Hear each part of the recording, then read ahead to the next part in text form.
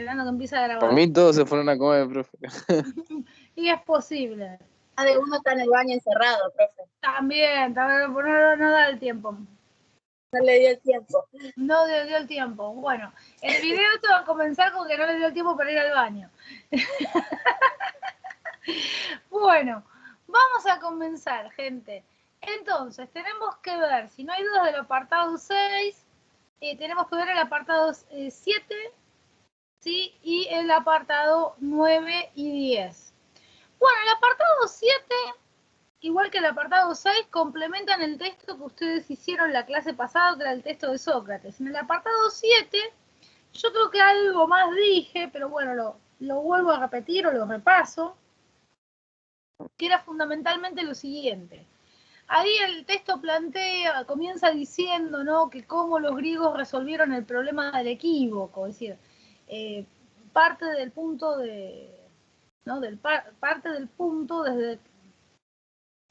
toma como punto de partida, no me salió la expresión, disculpen, toma como punto de partida que el lenguaje es equívoco. ¿Qué significa esto? Que en el lenguaje a veces las palabras tienen más de un significado, más de un sentido, con lo cual a veces se da lugar a confusión o equivocación. No hay que confundir la palabra equívoco con la palabra equivocado, ¿sí? La palabra equivocado siempre significa error, algo que falló, ¿no?, que está mal, mientras que equívoco es una propiedad, es una característica del lenguaje.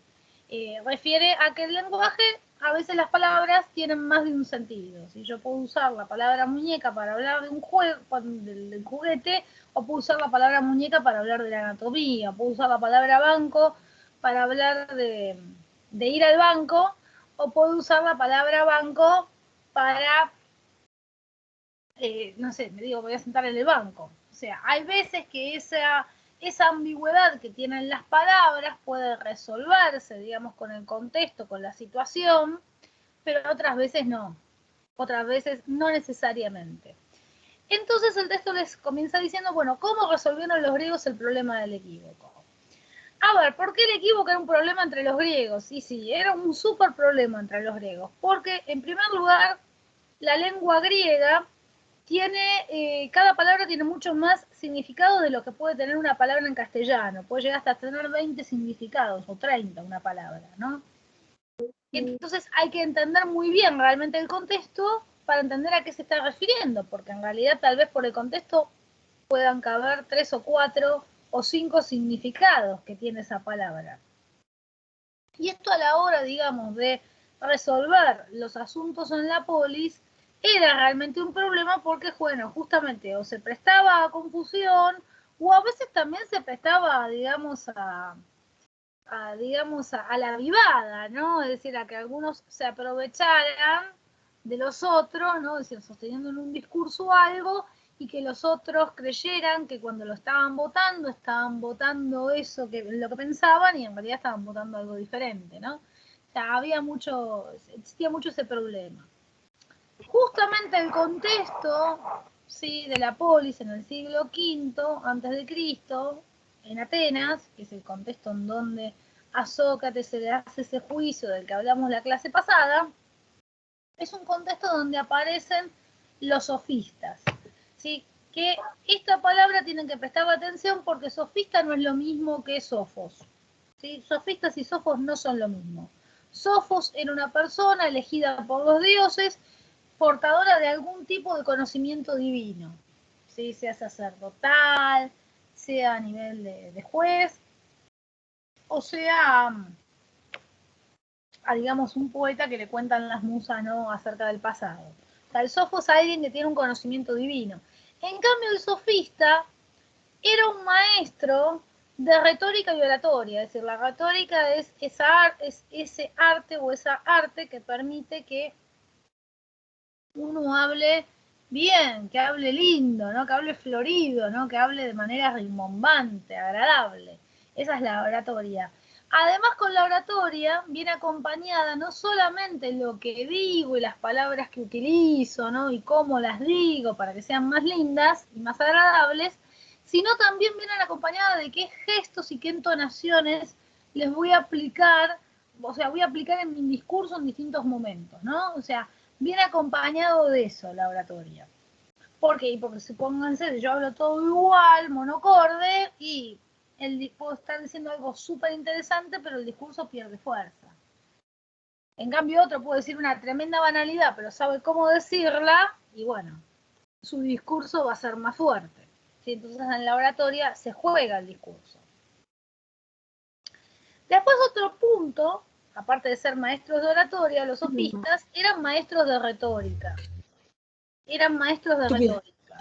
La retórica es el arte de enseñar, digamos, o sea, de tener buenos argumentos, es decir, de tener argumentos que puedan aplastar al adversario, que puedan, o sea, aplastar al adversario y convencer al público, ¿no? Esa es la retórica, me permite tener argumentos que convenzan a todos, que persuadan, o bien argumentos que sirvan para disuadir, ¿sí?, a los otros de la posición que tienen tomada, ¿sí? Son persuasorios o disuatorios. Persuatorios o disuatorios. Persuasivos o disuasivos, ¿no? Que eso es lo que hacen las propagandas. ¿Sí? Las propagandas tratan de persuadirnos que compremos X producto, porque si compramos X producto, bueno, no sé, qué mejoría en la vida vamos a tener. Vamos a dejar de ser pobres si compramos ese producto. En fin, básicamente las propagandas siempre, mal que mal, apuntan a eso. O vas a tener muchas chicas, muchos chicos, o vas a dejar de ser pobre.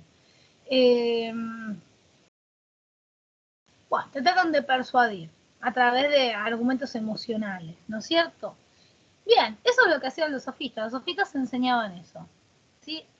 Argumentos. Argumentos que no necesariamente tenían que ver con la verdad, pero que sí tenían que ver con convencer a los demás. Y doy un ejemplo, que es el ejemplo de falacia por antonomasia. Yo no sé si ya lo di en el ejemplo, pero vieron la propaganda Whiskas que dice 9 de cada 10 gatos lo eligen. Bien, eso es una falacia, es un argumento persuasivo, pero no es correcto.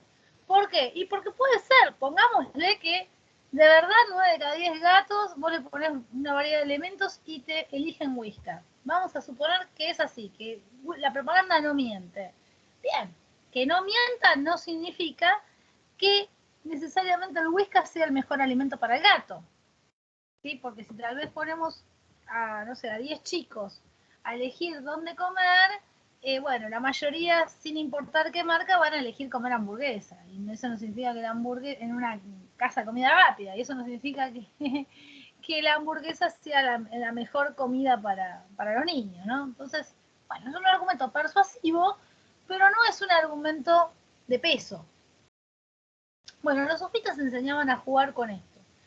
Y también enseñaban justamente a jugar con la ambigüedad de las palabras. Es decir, a parecer que se está prometiendo una cosa, pero resultar que en realidad se está hablando de otra. Entonces, Sócrates, que venía, digamos, de una familia, digamos, clase media, los textos suelen decir que venía de una familia humilde, ¿no? Y siempre se entiende por humilde, expresión que odio, ¿no? Esa humilde.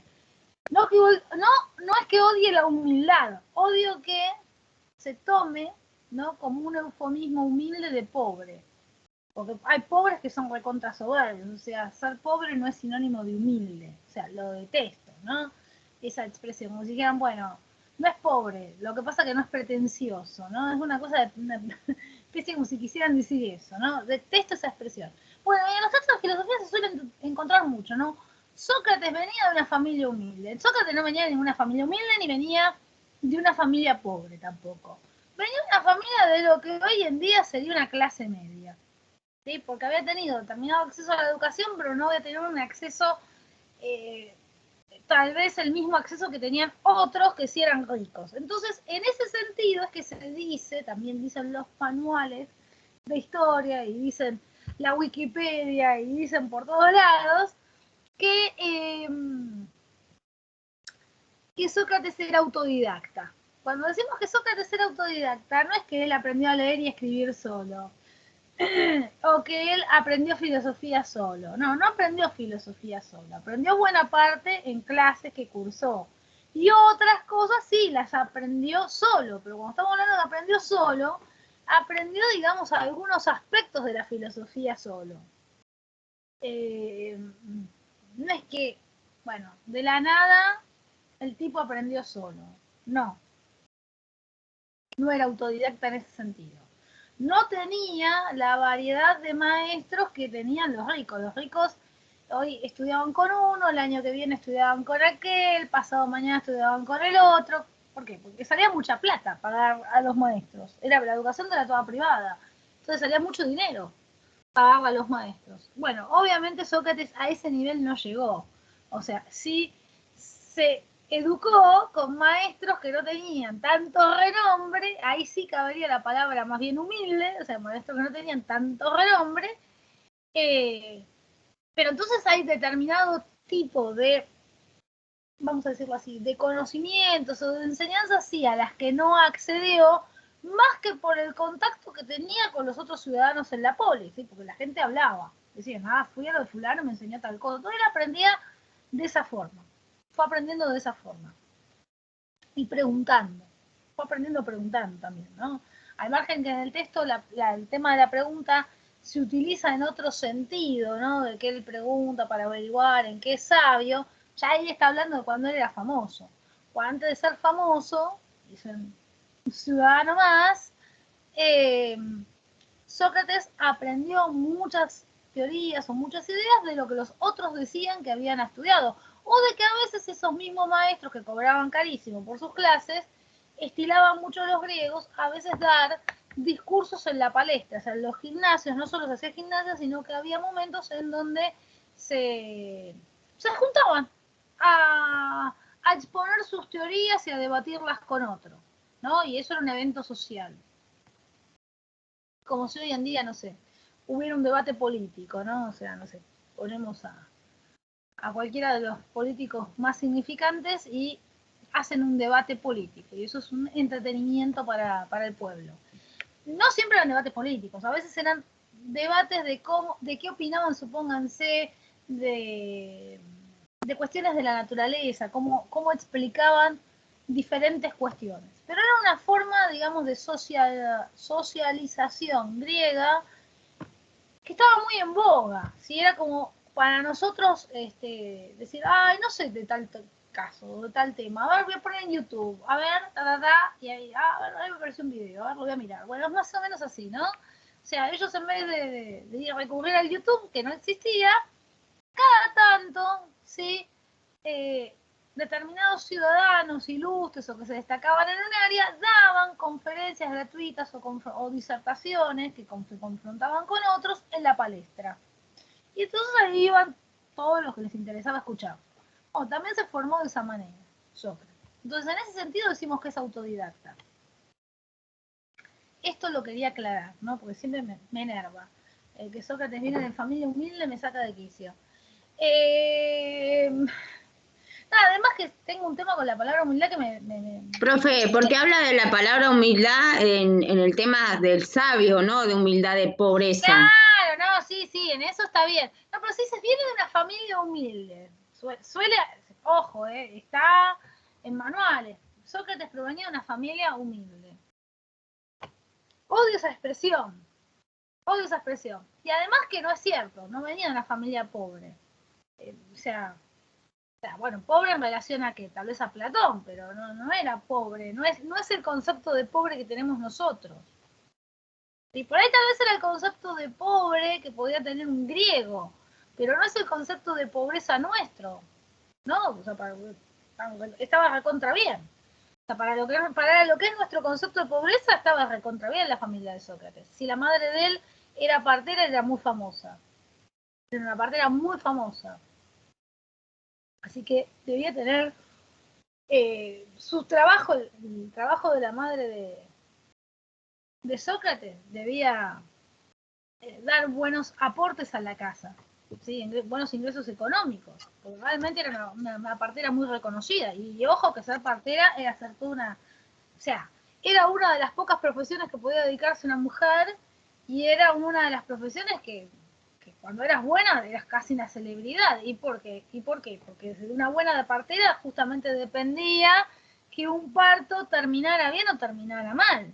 ¿no? O sea, cuando no hay otros elementos, cuando no había otras vías, ¿no? Entonces, lo de humilde se queda bastante escaso, o sea, es como si dijéramos que la madre de Sócrates era una médica súper conocida realmente, porque la partera tenía conocimientos de medicina, ¿sí? O sea, tenía reconocimiento medicinal, o sea, inclusive en la cultura griega, la partera tiene un reconocimiento médico, ¿sí? No es que no, es una 4 de copas que solamente sabe traer chico al mundo. No, realmente era, se le daba un lugar muy importante a la partera. Y ni que hablar, insisto, como fue la madre de Sócrates, que ahora se me fue el nombre de la cabeza, que era muy reconocida, realmente muy reconocida la madre de Sócrates. Bueno, retomo, ¿no?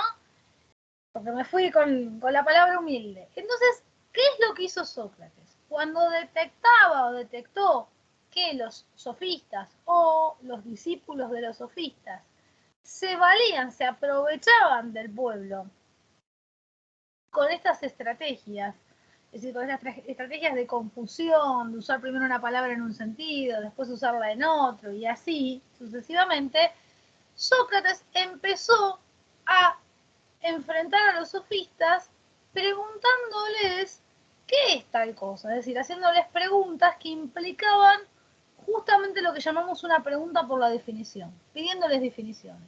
Entonces le decía al político que estaba hablando de la justicia, bueno, ¿qué es para vos la justicia? A ver, bueno, ¿qué es para vos la salud? ¿O qué es para vos la educación? ¿O qué es para vos la cultura? Y ahí lo dejaba explayarse. Cuando el otro se explayaba, a ver, Sócrates estaba muy atento a que, o sea, descomponía cada parte del argumento que el otro le daba, de la definición y del argumento que el otro le daba. Profe, hay una compañera que está esperando que la acepte. Ahí la acepté, recién apareció. Antes no se me había aparecido. Entonces, estaba con discúlpeme. Entonces, él tomaba la definición del otro, la descomponía en partes, o sea, la analizaba. ¿Sí? Descomponer en partes es analizar. La analizaba. Y entonces, ¿qué miraba? Bueno, miraba si había algún tipo de contradicción lógica. ¿Qué es una contradicción lógica? Una contradicción que no, o sea, entre mis dichos, una contradicción que es impensable.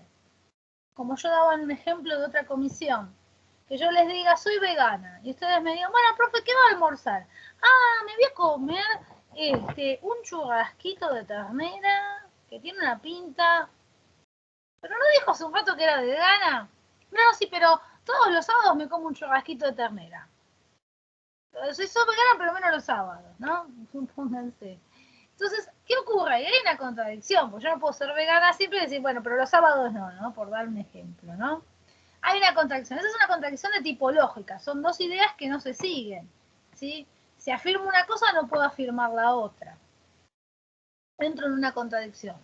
Y hay otras contradicciones que son de contradicciones de tipo empírica, ¿no? De tipo social o de tipo, en realidad, práctica, porque no nos olvidemos que la palabra práctico en filosofía no tiene que ver con un tupper que sea práctico. Cuando hablamos de práctico en filosofía nos referimos a la palabra praxis. Y praxis es acción humana. Entonces, hay otro tipo de contradicción que es la acción de la praxis. La contradicción en la praxis. Que es que supongamos, yo les digo, soy vegana. Bueno, ustedes me creyeron. Yo les dije ahí que era vegana, me creyeron. Y después me cruzaron, no sé, frente a la matanza comiéndome un choripán. Pero profe, usted no dijo que era vegana, pero ¿qué ese choripán, ese chorizo vegano, eso? ¿De qué está hecho, no? Bueno. Es una contradicción. Es una contradicción. Ahí no es mis dichos, pero es una contradicción con mis actos. Entonces es una contradicción de orden práctico. Entre lo que digo Eso y es lo que hacía hago. Sócrates con los sofistas, a cuestionar, observando si había una contradicción. Exactamente. ¿Quién habló, Evelyn? Sí. Bien. Sí, exactamente. Entonces Sócrates analizaba a ver si en lo que le decían había una contradicción lógica, y a veces no había contradicciones lógicas, pero a veces había contradicciones con lo que habían hecho antes. Entonces agarraba y lo refrescaba. Es así que él se llamaba a sí mismo, ¿no? Que se daba a sí mismo el nombre de Tábano de Atenas, ¿no? ¿Por qué se daba el nombre de Tábano de Atenas? Porque el tábano es una mosca, ¿sí? Que básicamente abunda donde hay ganado, es una mosca enorme que muerde, ¿no? Entonces él decía que así como el tábano muerde al buey y no lo deja dormirse, él mordía a los atenienses para que sus conciencias se mantuvieran despiertas. Es lo que vamos a ver justamente ya, en un ratito, en nada, cuando termine de hablar este apartado. En el apartado 10 es lo que vamos a ver como incomodar, justamente, o ya lo adelanto, ¿no? Es lo que, o sea, lo que Sócrates hacía era incomodar, pero ojo, incomodar para que, invitando a las personas a reflexionar, a pensar, no incomodar, como también ya me cito en el ejemplo que ya dije en otra comisión, no como el hombre bobo. ¿Vieron el sketch? No sé si alguno lo recuerda o lo habrá visto, el sketch de Capusotto, viejo sketch, el hombre bobo. Si no lo buscan en YouTube se van a matar de risa. El hombre bobo, que era como hacían una parodia así como si fuera, en vez del hombre lobo, el hombre bobo. Entonces decían, terror en las calles, el hombre bobo, y aparecía el hombre bobo haciendo estupideces, molestando a los demás, no sé, tirándoles agua, tocándoles una corneta en el oído, ¿no? Haciéndole 50 veces la misma pregunta, ¿no? O sea, ese chiste tipo como, ay, ¿cómo era?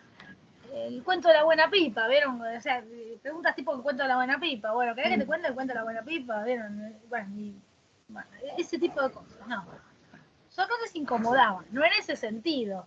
Es incomodar del estúpido. ¿Cómo, Julieta? Fue por eso, profe, que a Sócrates lo enjuiciaron, entonces, Claro, y exactamente.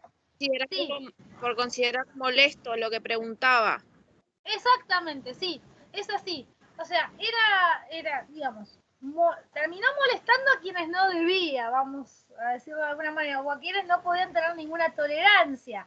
¿Por qué? Y porque los ponía en evidencia en sus contradicciones. Entonces, bueno, depende de cuánto interés tengas en el poder, bueno, te puede afectar más o menos ser descubierto en tu contradicción. En este caso, él molestó a gente que, digamos, estaba muy interesada en mantener el poder, y bueno, ahí resultó, digamos, que lo llevaron a juicio, como vimos la clase pasada.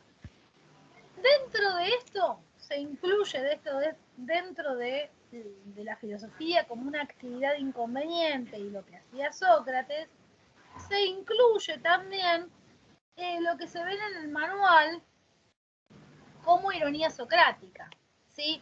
Las ironías son generalmente expresiones donde la persona que habla, el enunciador, expresa una idea que no tiene, en realidad una idea que no comparte. A veces puede inclusive expresar una idea que es totalmente contraria a lo que esa persona piensa, pero lo dice para burlarse, ¿no? La ironía habitual, la ironía común y corriente, ¿no? La de todos los días, es cuando alguien dice algo que no lo piensa ni lo cree, pero pero lo hace para burlarse, ¿no? De otra persona. En el caso de Sócrates, en vez de burlarse, cuando él usaba la ironía, lo hacía para que el otro se diera cuenta de su error. Por eso hablamos de ironía socrática, ¿no? O sea, la ironía generalmente es maliciosa. O sea, tiene la intención de, bueno, me río de vos, de qué estupidez estás diciendo, ¿no? Sócrates lo usaba para reírse, lo usaba como una... Profe, hay una compañera que está esperando que la acepte. O sea, No, hacía no estoy viendo preguntas a nadie. desde el lugar.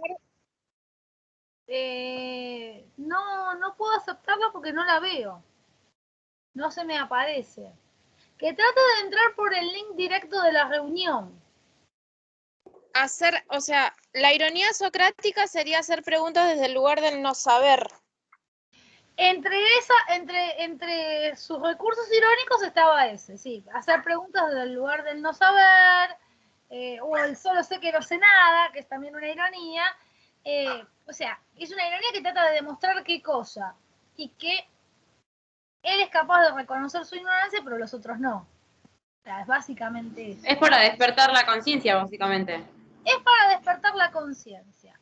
como lo que con lo que relacionaba con el programa de Capusotto es que decía del hombre que estaba parado, que le hacía preguntas a un hombre que hablaba medio como cheto y otro medio como Villa, puede ser algo así. Pará, vos ustedes me van Y hablando preguntaba, Ese es otro, es el Ministerio de Educación. Habla bien, ¿no? Y le haga una puteada. Habla bien. Y también es una ironía. Por 2 pesos. Sí, también es una ironía. No, Sí. a ver, Ay, profe, se me colgó y tuve que salir. ¿De qué están hablando? está bien, no pasa nada. Lo que decía recién, no, con el sketch que yo lo comparé, que comparé en realidad la acción de incomodar, que no era así la de Sócrates, era con el hombre bobo, que es un sketch viejo, que tiene como 20 años. Sí, Pero sí, en eso YouTube está. En YouTube, Lo voy a buscar. 20 o 15 años. En Lo YouTube quiero buscar. está. Esperen que Me lo re gusta silencio que- porque está. En YouTube está ese sketch. Sí, ahora no quiero ponerme a compartir, pero si no, la verdad que si estuviéramos más sueltos de tiempo, buscaba total, eran 2 minutos y se los mostraba. El hombre bobo. Y lo que vos me estás mencionando, Evelyn, no me puedo acordar cómo se llama ese sketch, pero es de corrección del idioma, que también es una ironía porque siempre termina diciendo, habla bien, y termina con un insulto. Ese se llama Ministerio de Educación, se llama. ¿Cómo? Ministerio de Educación. Ministerio de Educación. Bueno, claro, que es también una ironía, porque dice, habla bien, y termina con un insulto. Entonces, a ver, el que está diciendo que hables bien, no habla bien tampoco porque te está insultando, ¿no? O sea, está usando, digamos... Es más o menos como decir el chiste, no sé, odio el racismo, o hay 2 cosas que odio, el racismo y el chino de la vuelta de mi casa. Por ejemplo. Tal cual. Ahora bien, para que se entienda una ironía como ironía, ¿sí? El otro tiene que saber cómo pensás vos. Porque, ¿qué pasa? Si el otro no sabe cómo pensás vos, o puede parecer que vos estás realmente afirmando eso, o podés, o sea, hay veces hay personas, a mí me ha pasado, ¿no? En grupos, o todo en las clases presenciales, me pasó una época con un alumno, a mí y a los compañeros, que teníamos uno que como tenía una intervención que todos creíamos que eran intervenciones irónicas. No, resulta que el tipo estaba loco en serio y el tipo estaba afirmando determinadas cosas en serio. Pero bueno, al principio, como dentro de todo se mantenía, estaba bastante contenido, pasaba como que era alguien que estaba diciendo cosas irónicas. Y no, resultaba que estaba re loco. Él realmente las creía, esas cosas que las decía, ¿no? Entonces, es más, claro, él al final terminó no entendiendo por qué el resto se reía cuando él decía determinadas cosas. El resto se reía porque creía que lo estaba diciendo de manera graciosa. Si nos hubiéramos dado cuenta del primer instante que las estaba diciendo en serio, más que reírnos, se lo hubieran comido, digamos. Es así. Pero bueno, a veces pasa, cuando no se conoce bien una persona, o puede parecer, bueno, como está diciendo irónico, o está loco, ¿no? O sea, a veces al revés, alguien puede estar siendo irónico y queda como loco, ¿no? Es decir, como no lo conocen, dicen, bueno, este loco, ¿qué estará pensando? Por la duda, este tiene ideas raras, dejémoslo ahí, ¿no? ¿Antonella?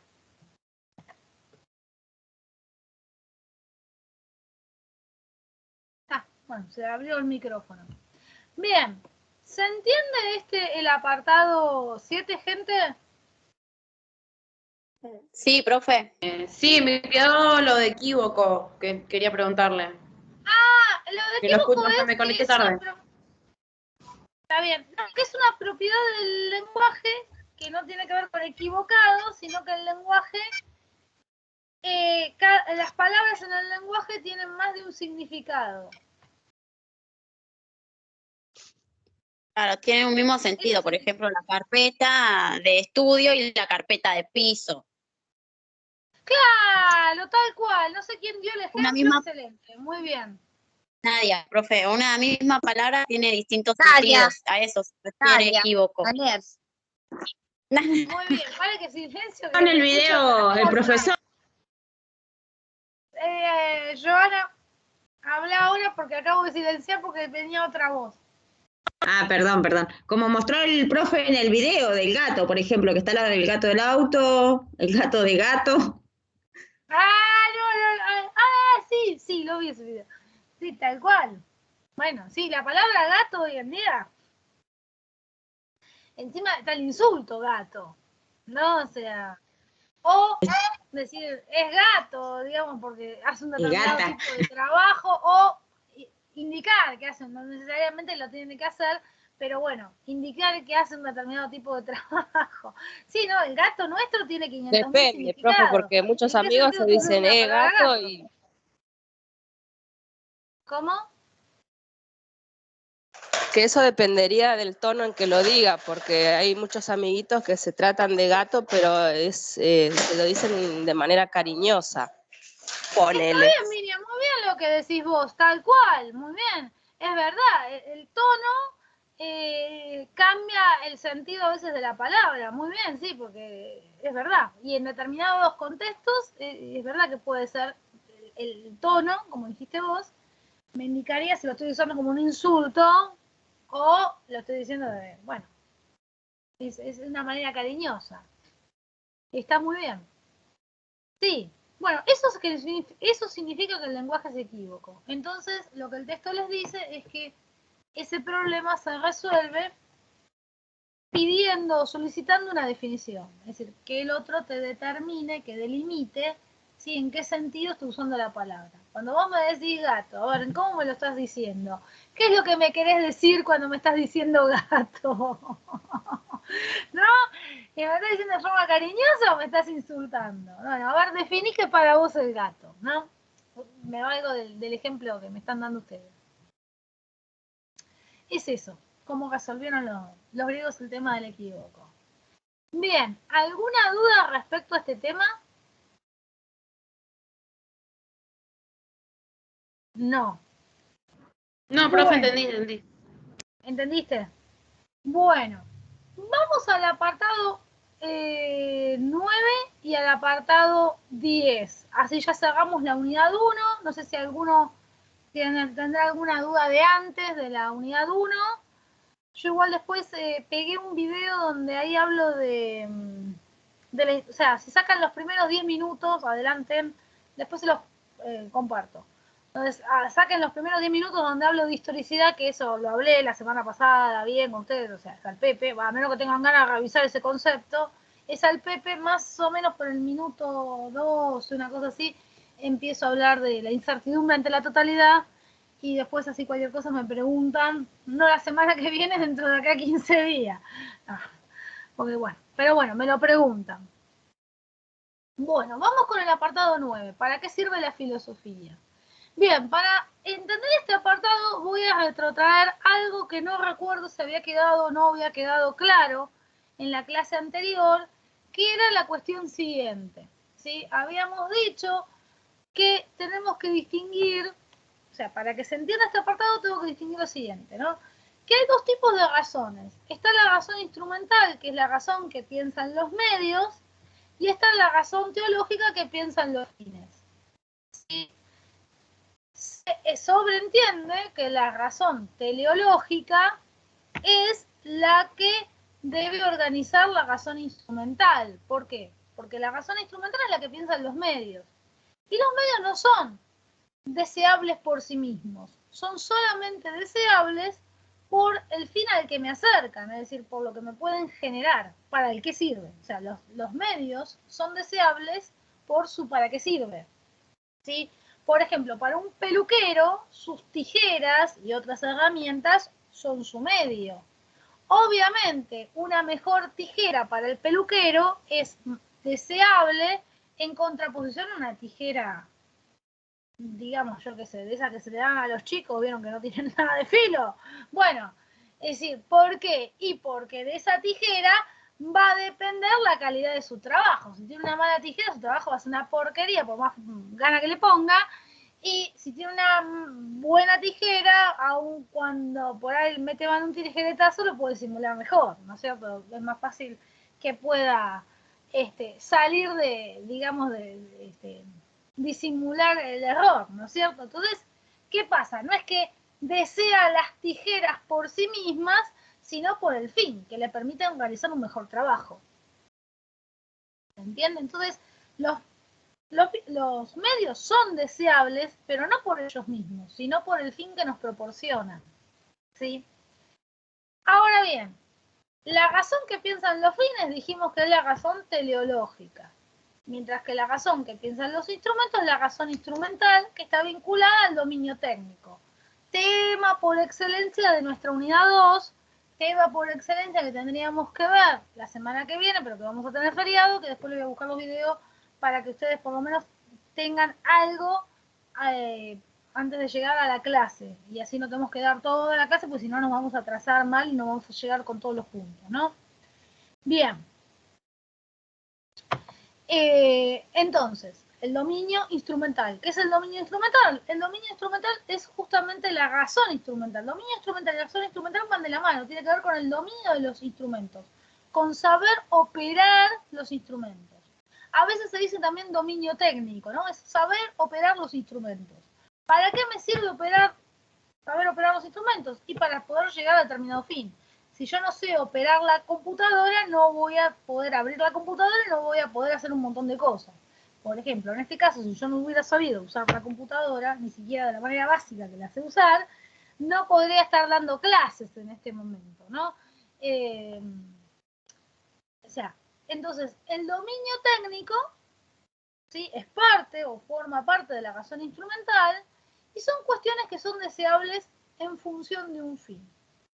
¿Qué les señalaba el apartado 3?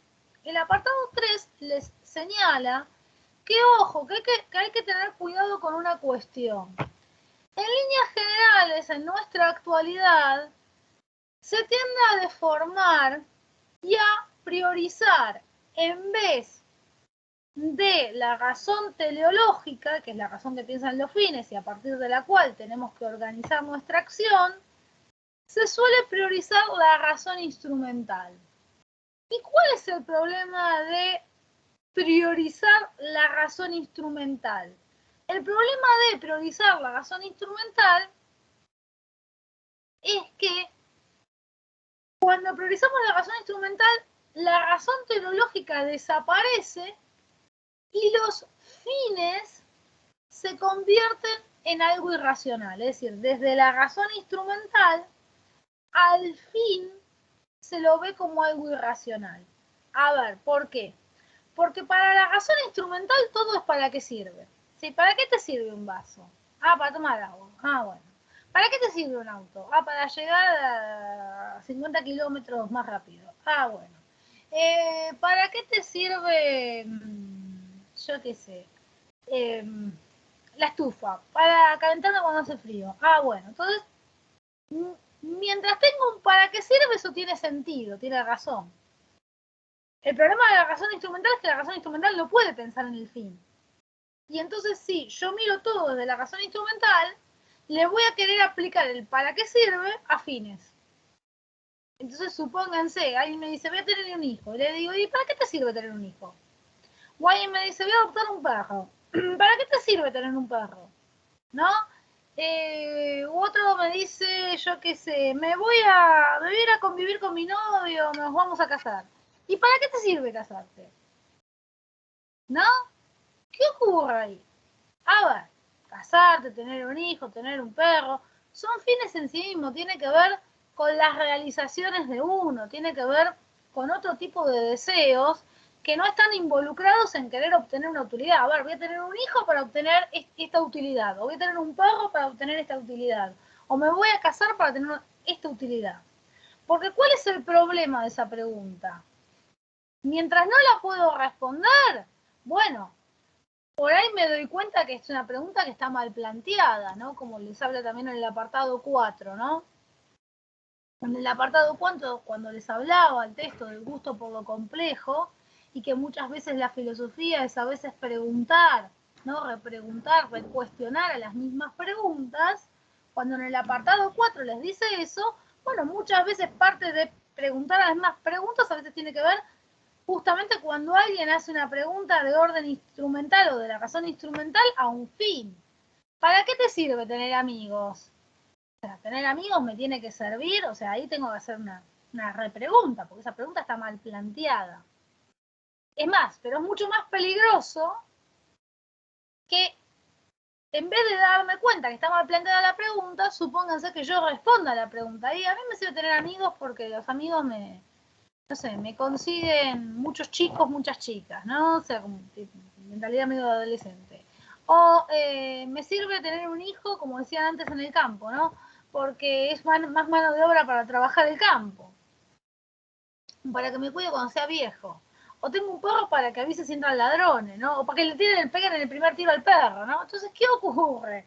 Algo que es un fin en sí mismo, ¿sí? Tener una mascota, tener un hijo, tener una pareja, tener amigos, cosas que son deseables por sí mismas, son instrumentalizadas, son puestas al nivel de un instrumento, son puestas al nivel de un medio. Entonces, ¿qué hace la razón instrumental? La razón instrumental lo que termina haciendo es que los fines, si no me sirven, si no les puedo sacar una utilidad o un provecho a los fines, se convierten en irracionales. Lo cual está completamente mal, porque los fines no es que sean irracionales. Los fines no son irracionales. Los fines son racionales. Lo que no tienen es una razón instrumental. O lo que es peor, otra manera también de entender, o sea, esa es una manera de entender la irracionalidad de los fines. Otra manera de entender la irracionalidad de los fines, que les habla en el texto 3, de paso también complemento esto, otra manera de entender la irracionalidad de los fines que les habla en el texto 3, es la siguiente. Es que, ¿cómo se llama? Cuando yo pongo el fin, ¿sí?, en los medios, esos fines son irracionales. Supónganse, yo pongo el fin en tener el auto.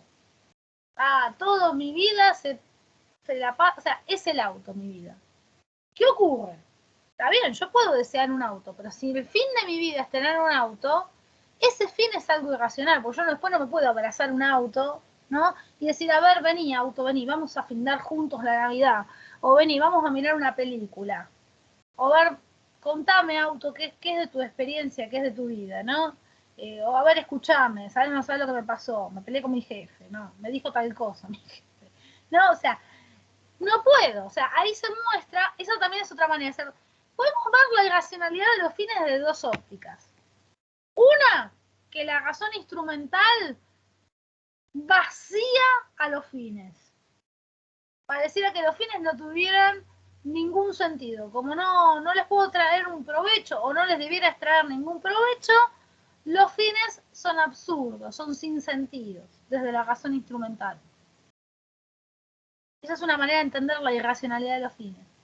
Y otra manera de entender la irracionalidad de los fines es que, y es lo mismo, es complemento, son las dos caras de la moneda, es que cuando yo no tengo fines, mis fines son los medios, y los medios como fin son irracionales. O sea, son válidos siempre y cuando los desee como medios, no como fin. O sea, el auto es válido, desear el auto es válido, pero deseado como medio, no como fin en sí mismo. ¿Me siguen? ¿Se entendió esto? Esto es importante para entender el apartado 9. Sí, más o profe, menos, ¿se profe, entendió? yo no ¿Alguien entendí dijo que mucho. no? Nadie. Yo. Nadie. No, Evelyn. Evelyn. Ay, perdón. Evelyn. O sea ¿dónde que se la perdió? razón, el dominio, la razón instrumental en sí es para saber para saber qué sirve tal cosa con determinado fin que no tiene razón instrumental. ¿Sería? No, pará. Yo tampoco, profe, entendí. No, la Es razón... muy rebuscado. Sí, pará, te mareaste. La razón teleológica es la razón que me permite distinguir un fin. Supónganse, a ver, ¿cuál es mi fin? En este momento ustedes es ingresar en la carrera, recibirse, ¿sí? ¿Por qué? Y porque eso les va a dar una realización, les va a dar otras posibilidades laborales, le va a dar otro modo de vida, ¿sí? Una carrera justamente te modifica el modo de vida, no es lo mismo ser carpintero que ser bombero, son dos modos de vida distintos, ¿no? No estoy diciendo que uno es mejor que el otro, pero sí nos cambia la vida, no tiene nada que ver una vida con la otra. Entonces eso es un fin, a ver, algo elegir algo de lo cual depende... Con un fin determinado. ¿Cómo, Evelyn? Con un fin determinado. Si yo estudio para la carrera de enfermería, lo estudio para trabajar de eso. Es algo común. Después, esa es la razón teológica. La clase. O sea, esa es la razón, lo que dijo, razón teleológica. Teleológica. Ahí lo escribo. Es la razón que tenga un fin. Sí, ahí te lo escribo. Ay, Dios. Teleológica. Claro, exactamente. La razón, cuando pienso en el fin, ¿sí? No sé, deseo tener un hijo. ¿Por qué? Porque sí. O sea, justamente los fines tienen un elemento que son porque sí. O sea, ¿por qué querés ser enfermero? Bueno, ustedes me podrán decir, bueno, porque quiero curar gente, porque quiero ayudar, porque quiero que la gente esté mejor. Bueno, bárbaro. Pero si yo les entro a preguntar, ¿pero por qué enfermero? ¿Y por qué no pensás vos que tal vez podrías ayudar a la gente siendo un economista? Porque si o sea, uno de los problemas del país es que las economías son un desastre, ahí también podrías ayudar a la gente. Bueno, hay un punto, te entro a preguntar, hay un porque sí, porque bueno, te inclinás para ese lado, digámoslo así. Hay un porque sí, tienen un porque sí. ¿No? Sería como un fin determinado, entonces.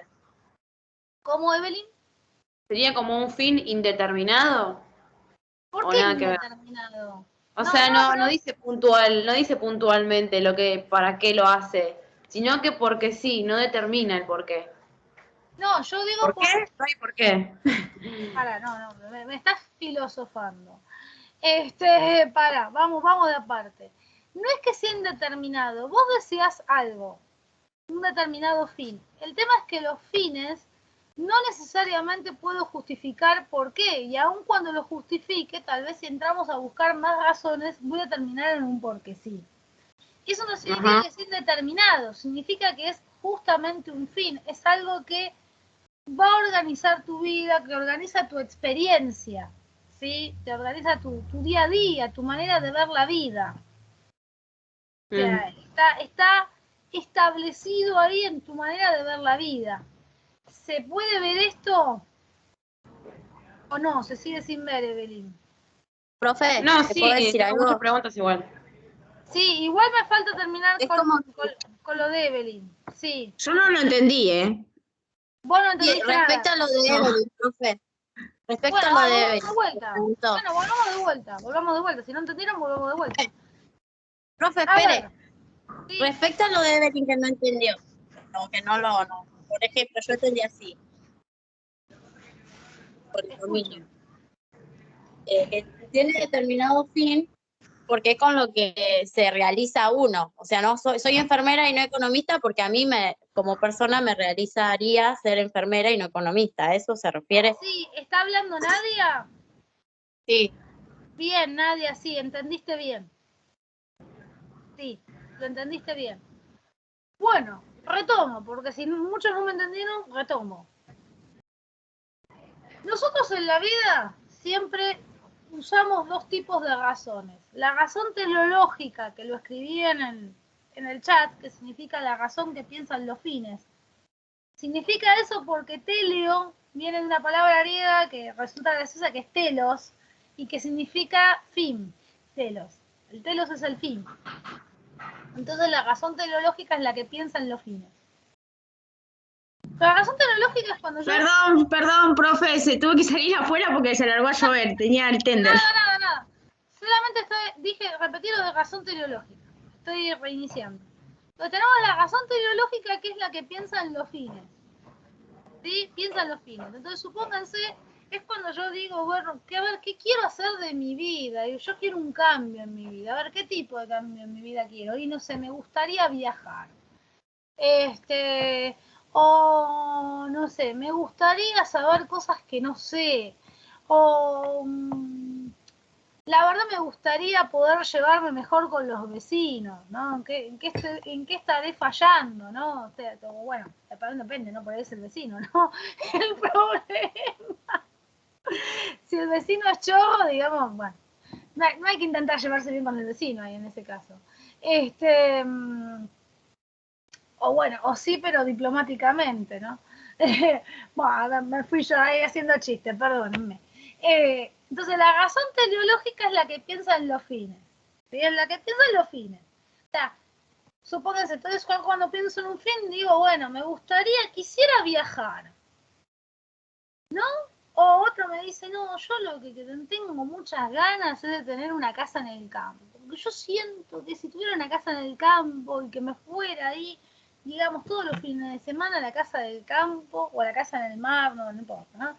Me relajaría, sería feliz, ¿no? O sea, ¿por qué? Porque la felicidad ahí, por ejemplo, es un fin. O sea, o a veces vos le preguntás a las personas, ¿qué querés? Y yo quiero ser feliz, o yo quiero estar tranquilo, ¿no? Eso es un fin en sí mismo. ¿Por qué es un fin en sí mismo? Porque yo les empiezo a preguntar a ustedes, ¿para qué quieres ser feliz? ¿Qué vas a obtener de la felicidad? No decir, bueno, no sé, sentirme mejor, porque la verdad que si no soy feliz me siento mal. Pero para el caso, al fin y al cabo, vos vivís igual, feliz o infeliz, podés vivir igual. ¿Para qué carajo querés la felicidad? ¿Qué te da extra la felicidad? Y no podemos realmente deducirle una ganancia a la felicidad. Sí, es algo que deseamos por sí mismo.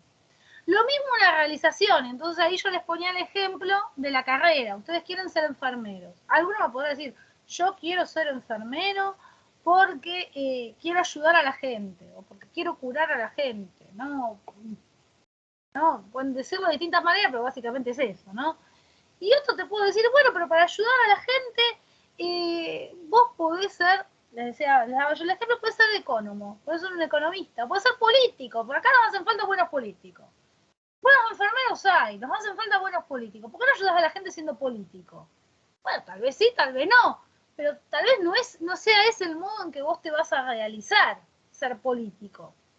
¿Sí? Entonces justamente el fin tiene que ver con la realización, con la manera en que quiero vivir, con el modo en que percibo las experiencias. ¿Sí? Se organizan en función de un fin. ¿Qué pasa? Estamos en una sociedad, aclaro, donde no se tienen muy en cuenta, ya las escucho de Belín y Yamila. Estamos en una sociedad donde no se tienen muy en cuenta los fines. ¿Por qué no se tienen muy en cuenta los fines? Porque en realidad se le da mucho más peso al otro tipo de razón, que es un tipo de razón necesaria, o sea, que la tenemos que tener, que es la llamada razón instrumental. En la razón instrumental es la razón en la que pienso en los medios. Supónganse, si yo tengo un fin X, hacer la carrera de enfermería, un medio en este momento para hacer la carrera de ingeniería es pasar el ingreso, pero no solamente es pasar el ingreso, sino aprender, por ejemplo, biología, porque más allá de que ustedes digan, ay, biología, esto, lo otro, mate, bueno, necesitan saber biología. Sí, porque el día que tengan que aplicar una medicación es importante que ustedes puedan distinguir entre, no sé, un antibiótico y una proteína, pues si no van a hacer cualquier cosa, ¿no? Entonces, justamente, la biología, más allá que digan, es difícil, hay que tener mucha memoria, no la complicaron mucho, todo lo que quieran, o sea, realmente la necesitan. ¿Sí? La necesitan para ser buenos enfermeros. Entonces la razón instrumental piensa en el instrumento. Ah, bueno, yo para llegar a este fin tengo que aprender esto. No solamente porque tengo que aprobar la materia y entrar en la carrera, sino porque también estos contenidos de esta materia me sirven. Los necesito. O sea, justamente, ya les cedo la palabra, justamente la razón instrumental es en lo que piensa. O sea, mira algo y piensa, bueno, ¿esto para qué me sirve?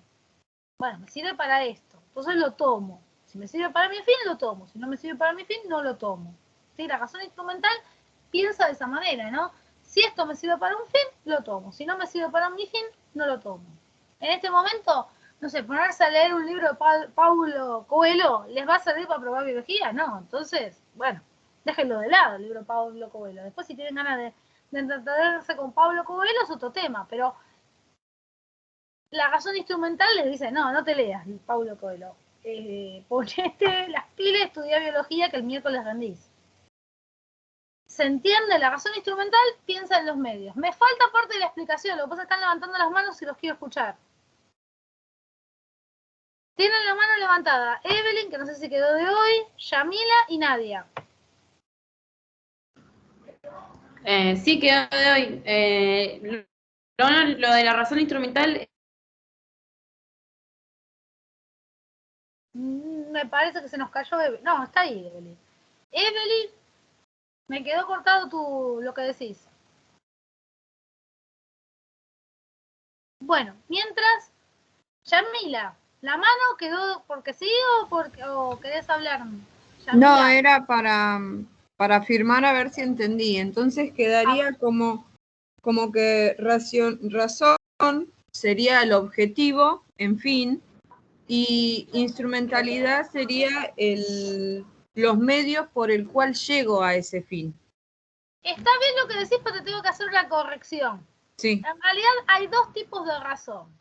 Sí. Una razón teleológica, como les escribí, que es la que piensa en los fines, y otro tipo de razón que es la razón instrumental, que es la que piensa en los medios. Es decir, ¿cómo llego a ese fin?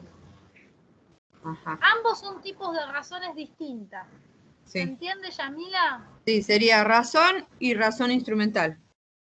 Sería razón teleológica y razón instrumental. Ah, está bien. O razón Está de bien. fines, miren, si no quieren decir teleológica porque resulta difícil, digan Sí. razón de fines. Razón La de razón fines. que piensan los fines. Ahora Ahí sí significaría que es Ahora para sí. un fin determinado. Claro, exactamente. Ah, ok. Bien, y Nadia, te escucho. Re densa la Nadia. Profe, le quería preguntar, en la razón instrumental Para que usted había dado, porque me viene un eco. Porque el parlante de Belín está abierto, entonces se acoplan los parlantes y se hace eco. Te escucho, Nadia. ¿Me querías preguntar? sí, en la razón instrumental que usted dio el ejemplo de biología, o sea, estudiar biología para poder ser un buen enfermero. También entraría en el mismo ejemplo, con el mismo fin acá en enfermería, el uso del tensiómetro, por ejemplo. Claro. Si no se sabe usar el tensiómetro, no vamos a poder ayudar a nadie. Claro, tal cual, tal cual. Eso quería aportar, un ejemplo básico. Tal cual. Entonces yo les decía lo siguiente, que los fines los deseamos por sí mismos, pero no vamos a extraer una utilidad de los fines, no vamos a extraer un beneficio de los fines. ¿Sí? Los beneficios son deseables por la realización que me generan o por la nobleza del fin. ¿Sí? Curar a alguien, digamos, es un fin noble. Bueno, por ahí en sí, digamos, te puede realizar, decir, bueno, te llenar de orgullo, curé a una persona, curé 10 personas, ¿no? Te llena de orgullo.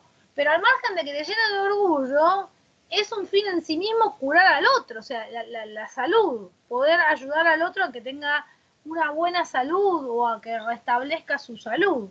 O sea, es un fin en sí mismo. Ahora bien, para llegar a ese fin necesitamos medios. Bueno, depende cuál sea el problema que tenga esa persona específica. Bueno, necesitará este remedio u otro, o este tratamiento u otro, etcétera, etcétera, etcétera. ¿Sí? Entonces ahí está la razón instrumental. No voy a tratar de la misma manera, no sé, a una persona que tiene una cefalea que a una persona que tiene gangrena. O sea, los métodos de tratamiento son distintos.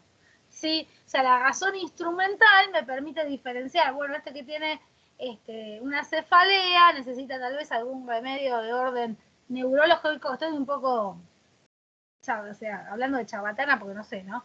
Necesitan, supónganse, algún remedio tipo de orden neurológico y el otro que tiene una gangrena, bueno, no sé, necesita ver urgente un cirujano. O sea que el instrumental es la diferencia que usa el método diferencial que utiliza cada persona. O sea, cada... La razón instrumental no es el método diferencial que usa cada persona, es la capacidad que nosotros tenemos para diferenciar qué método, o sea, o qué medio vamos a usar. A ver, supónganse, voy a dar un ejemplo más sencillo, más fácil todavía. A ver, supónganse, yo en mi casa tengo piso y tengo alfombra. Si tengo que limpiar el piso, lo más conveniente es barrer y pasar un trapo, el lampazo, bueno, depende, ahí depende del gusto. El lampazo mejor en realidad. Bueno, paso barro y paso el lampazo. Ahora, si tengo alfombra, no puedo barrer, puedo tal vez barrer, pero y pasar el lampazo, o sea, no, me la estoy complicando, necesito pasar la aspiradora. La razón instrumental me permite diferenciar que a la alfombra no la puedo tratar de la misma manera que al piso. O sea que permite diferenciar el medio a utilizar. Claro, de acuerdo al fin que tengo y de Ajá. acuerdo al contexto, ¿no? O sea, en sí sería la capacidad para diferenciar qué medio utilizamos para determinado fin. Claro, exactamente, es eso la razón instrumental. Y a diferencia de teleológica es algo, o sea, la razón con un fin, que, o sea, algo que pensamos por sí mismo, que decíamos por nosotros mismos. Ya me estoy dando cuenta, no, le estás confundiendo, Belín. La razón teleológica es cuando yo pienso directamente en el fin. El objetivo es el fin. Es el objetivo.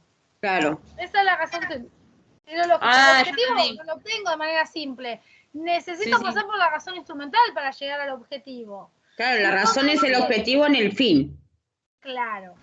Supónganse, yo digo, quiero tener limpia la casa. Y bueno, para tener limpia la casa, agarro, bueno, a ver, tengo que barrer, tengo que pasar el plumero, ¿no? Tengo que desinfectar. Agarro, abro, supónganse el armario, ¿no? De los elementos de limpieza de la casa, está vacío.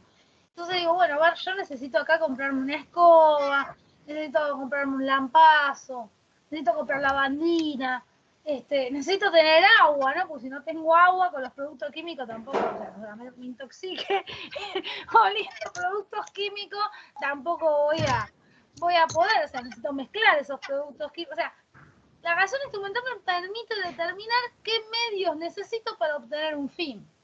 Y si alguien me dice, ¿para qué quieres tener la casa limpia? Yo puedo decir, bueno, porque me sentiría más cómoda, me siento más cómodo si la casa está limpia. Decir, bueno, pero podés estar cómodo igual en la casa sucia. Hay mucha gente que está cómoda y tiene la casa sucia. Bueno, sí, es verdad y no tiene nada de malo. Bueno, pero, a ver, al fin y al cabo el tema de tener la casa limpia o no tenerla es una cuestión de un fin. ¿Tenés ese fin o no tenés ese fin? O sea, yo para hacer el hambre necesito, bueno, poder saber cocinar, tener a veces 2 o 3 recetas para poder cocinar. Ahora, si además de hacer el hambre yo digo, no, quiero comer un plato rico, bueno, ahí necesito tener otros elementos. Alguien me puede decir, bueno, pero ¿para qué querés estudiar pastelería para hacer una torta? Si te puedes hacer una torta exquisita. Y sí, bueno, perfecto. Hay un montón de gente que no sabe pastelería y se hace una torta exquisita, perfecto. Pero si yo tengo ganas de saber hacer no sé, unas tortas súper complicadas, y bueno, voy a tener que estudiar pastelería o al menos mirar por YouTube a ver cómo se hacen determinadas recetas. ¿Se entiende? O sea, el fin es algo que deseo por mí mismo. Ahora, el fin no lo puedo desgranar de los instrumentos, porque los fines no se logran solo. Necesito también de la razón instrumental que me organice y que me lleve hacia ese fin. ¿Ahora me siguen un poquito? Sí, profe, sí. ¿Sí? Sí, profe. Bueno, hay una parte del apartado, ¿sí?, que tengo que aclararla. Que ahí es donde se terminó de hacer el enredo total. Yo pensando que me habían seguido, todo eso, cuando agregué lo otro, bueno, chacha. No me siguieron más. El texto les habla, inclusive hay una pregunta en la primera unidad que habla de la irracionalidad de los fines. ¿Sí? Entonces ahí, ¿qué ocurre? Hay 2 maneras de entender la irracionalidad de los fines. Hay 2 maneras de entenderlo. Una manera es, o sea, en realidad siempre ocurre lo mismo. Para hablar de irracionalidad de los fines, en primer lugar tiene que ocurrir lo siguiente. Es que se pierde de vista la razón teleológica y todo se aplana, todo se achata en una razón instrumental. Entonces, ¿qué ocurre? Cuando yo pierdo, desaparece de mi horizonte mental la razón teleológica y solamente me queda los silencios porque se está acoplando un sonido y solamente queda la razón instrumental, ¿qué va a ocurrir? Va a ocurrir 2 cosas, que ahí es donde aparece lo de la irracionalidad de los fines. En estas 2 cosas está la irracionalidad de los fines. Cuando desaparece la razón de medios la razón teleológica y me quedo con la razón instrumental, aparecen dos consecuencias que constituyen la irracionalidad de los fines. Una es que si alguien me habla de un fin, si yo no los tengo los fines, pero alguien me habla de un fin, no lo voy a entender. Supónganse, me aparece mi vecino y me dice, me voy a casar con Pepe, ¿no? Entonces, ¿qué ocurre? Yo, que no tengo una razón de fines, que tengo solamente una razón instrumental, ¿qué le voy a preguntar? ¿Y para qué te sirve casarte con Pepe? Entonces, ¿qué ocurre? Ahí depende. Si el otro también vive en una razón instrumental, me dice, no, me sirve casarme con Pepe porque no sabes cuánto gana Pepe, ¿no? Supónganse, buah, entonces ahí está respondida la pregunta y está mal. Mal respondida. ¿Por qué? Porque es una pregunta mal planteada y en ese caso también mal respondida. ¿Por qué? Porque se está desnaturalizando un fin, o sea, algo que es casarse, que es algo que se desea por sí mismo, decir, bueno, quiero establecer mi vida durante X años con esta persona, es algo que tengo que desear por mí mismo, se termina desnaturalizando, decir, bueno, me caso con Pepe porque Pepe tiene un buen sueldo, ¿no? Por decir un ejemplo estúpido, ¿no? Entonces ahí, ¿qué ocurre? Se desnaturaliza. ¿Y qué pasa cuando se desnaturaliza? Voy a seguir el mismo ejemplo, siguiendo la misma línea, ¿no? Fulana, no sé, Jacinta se casó con Pepe porque Pepe tenía plata. No pasa ni 2 días de casada, ni una semana de casada, que Jacinta no se banca a Pepe. ¿Por qué no se banca a Pepe? Y porque no lo quiere a Pepe, porque en realidad no tolera nada de Pepe. No tolera ni cuando Pepe se ríe, ni cuando Pepe mira un partido, ni cuando Pepe abre la heladera para tomar agua. No lo aguanta Pepe. Solamente lo único que quiere Pepe es la billetera, ¿no? Entonces, ¿qué ocurre? Ahí se muestra, ahí se puede ver en evidencia por qué está mal casarse con Pepe, porque por la plata de Pepe. Porque lejos de hacerte feliz, por más que te llena de plata Pepe, vas a ser completamente infeliz, porque después no te lo bancás a Pepe. Y Pepe tampoco te va a bancar a vos, porque va a sentir el rechazo, o sea, Pepe tampoco va a bancar a Jacinta, ¿no? Supónganse. ¿Por qué? Y porque va a sentir el rechazo que Jacinta le tiene y tampoco se la va a bancar. Va a decir, no sé, no entiendo qué le pasaba cuando estábamos de novia, todo bien. Ahora, no sé, no puedo ni abrir la puerta de la heladera, que ya se está quejando del ruido que hace la heladera, lo que fuere, ¿no? Por decir una pavada. Estoy dando ejemplos tontos, ¿no? Entonces, ahí se me muestra por qué es una mala pregunta esa. ¿Para qué te sirve casarte? Y que si la respondo estoy peor todavía que el que la pregunta. O sea, que responder esa pregunta es peor que no responderla o que cuestionarla, o que es más, inclusive que hacerla. ¿No? O sea que esa es la irracionalidad de los fines. O sea que desaparece la razón teleológica y solo es lo instrumental. O sea, te pregunta para qué sirve tal cosa cuestionando la razón teleológica. Claro, tal cual. O sea, una pregunta mal planteada, entre comillas, se desnaturaliza. Ahí o sea, puede haber otras preguntas mal planteadas, no es el único tipo de pregunta mal planteada, pero un tipo de pregunta mal planteada es ese, ¿no? El de preguntar para qué sirve algo que es un fin en sí mismo. Lo estoy desnaturalizando. O me viene Jacinta mañana, sigo con Jacinta, ya te escucho de venir. Me viene Jacinta mañana y me dice, voy a tener un hijo. ¿Y para qué te sirve tener un hijo? ¿No? Y Jacinta me dice, no, porque yo lo deseo de toda la vida, desde hace, no sé, 5 años estoy deseando tener un hijo. Y pero vos te pensaste bien, vas a tener que cambiar pañales. ¿Sabes el gasto que lleva un chico? Te va a comer horas de sueño. Después en vez de comprarte ropa vos, le vas a tener que comprar ropa al chico. No, vos lo pensaste, ¿para qué querés tener un hijo? ¿Qué ocurre ahí? Es una pregunta completamente de racionalidad instrumental. Pierde de vista el sentido de realización que puede tener para una persona ser madre. ¿No es cierto?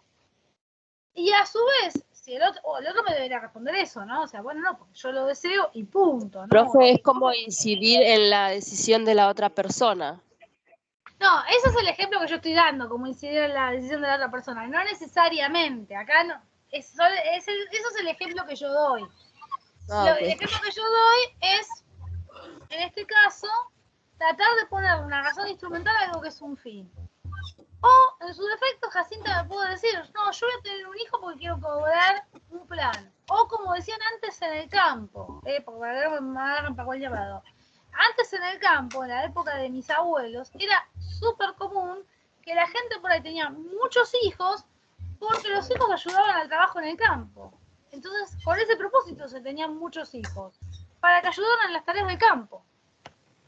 ¿No? Entonces, ¿qué ocurre ahí? Se desnaturaliza un fin, un hijo que se desear por algo en sí mismo, en realidad se tiene para tener un peón gratis, para tener un obrero gratis. ¿Sí? O también las mujeres antes. Muchas mujeres, no sé si ahora, pero muchas mujeres a veces decían, ay, yo estoy esperando a la nena. Ah, ¿tenés ganas de tener una nena? Sí, no, porque quiero tener una hija que me ayude en las cosas de la casa. Ah, entonces en vez de querer contratar una mucama, querer tener una hija para tener una mucama gratis. ¿No? Supónganse, ¿no? Ojo que estoy sacando casos, ahí sí estoy dando ejemplo de la vida real. Al menos hasta hace unos años la gente sin empacho decía determinadas cosas, ¿no? Entonces, ¿qué ocurre ahí? Se desnaturaliza un fin. Yo no puedo tener una hija porque quiero a alguien que me ayude a lavar los platos. O sea, un hijo mucho más que eso, es alguien al que le voy a enseñar valores, que tengo que educar, que tengo que criar, que tengo que alimentar, que tengo que velar por su salud.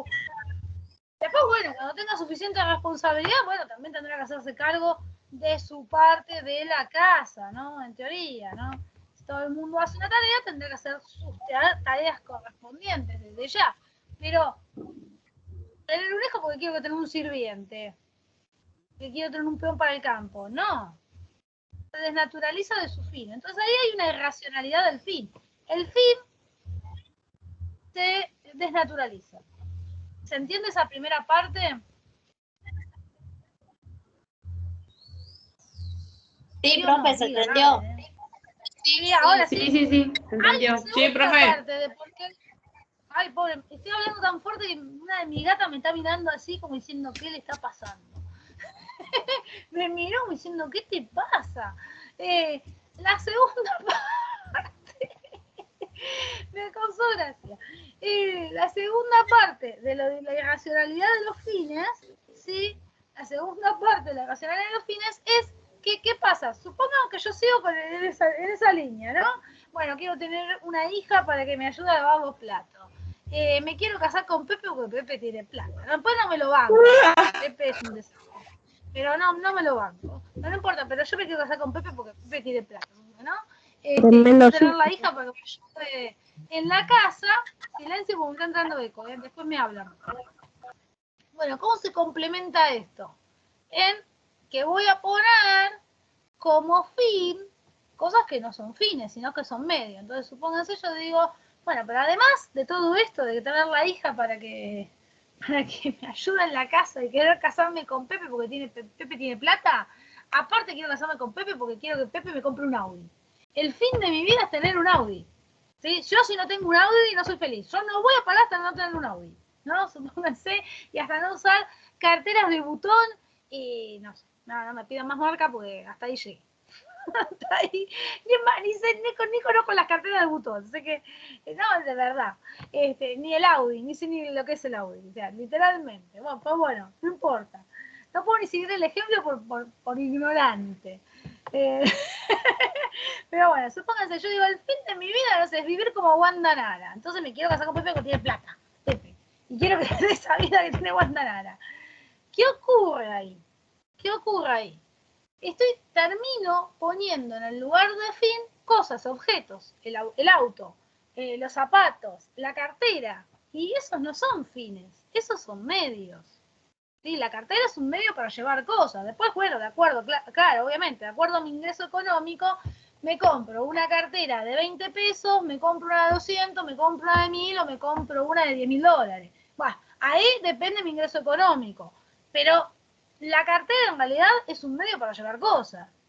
O me la hago yo, ¿no? O sea, depende si soy habilidoso, también hasta me la puedo hacer yo. O sea, pierdo de vista que la cartera es un medio para otro fin. ¿Sí? Lo que ocurre ahí, entre medio, en esos fines, es que, en esos medios que se trastocan como fines, es que determinados medios se toman por antonomasia, se asocian a ingresar en determinado estatus social. Entonces se toma en realidad como fin ingresar en determinado estatus social y entonces se desean determinados medios, sí o sí, para querer pertenecer a estatus social. Es otra comparación u otro problema de lo que pasa, vieron cuando los chicos, digamos, que robaban, los adolescentes que roban, muchas veces robaban determinado tipo de zapatillas o zapatillas de marca. O sea, ¿por qué robaban las zapatillas de marca? Al margen de que porque las deseaban y no las podían comprar. Las robaban porque asociaban que tener determinada zapatilla es ya ingresar en determinado estatus social. Y no es así. No es así.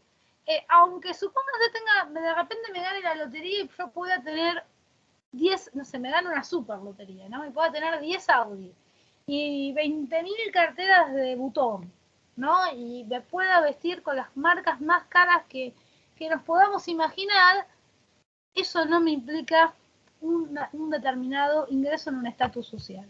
Hay otras cosas mucho más complejas para ingresar en determinado estatus social.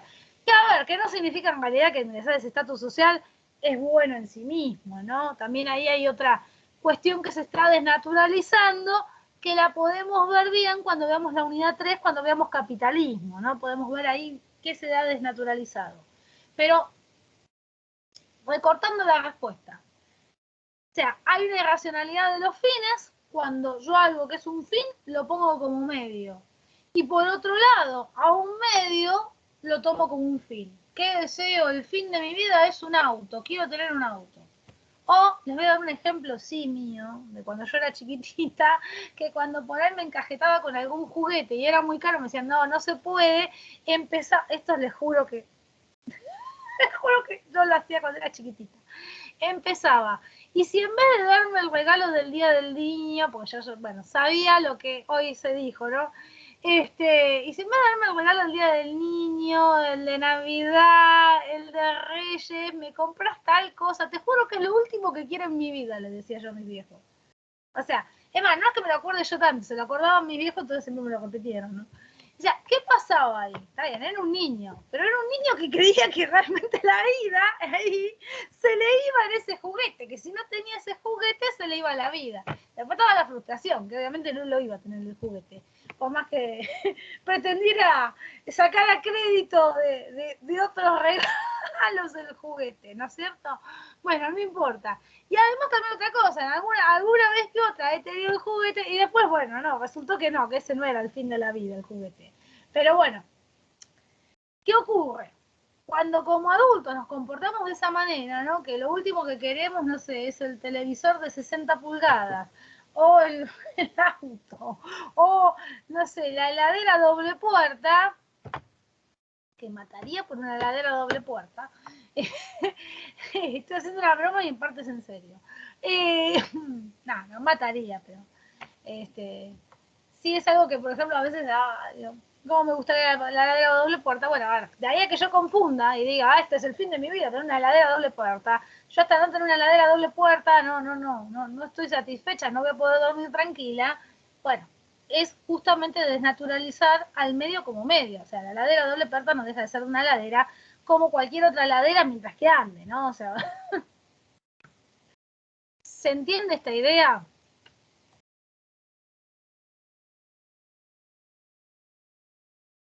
Díganme si hay algo que no se entendió.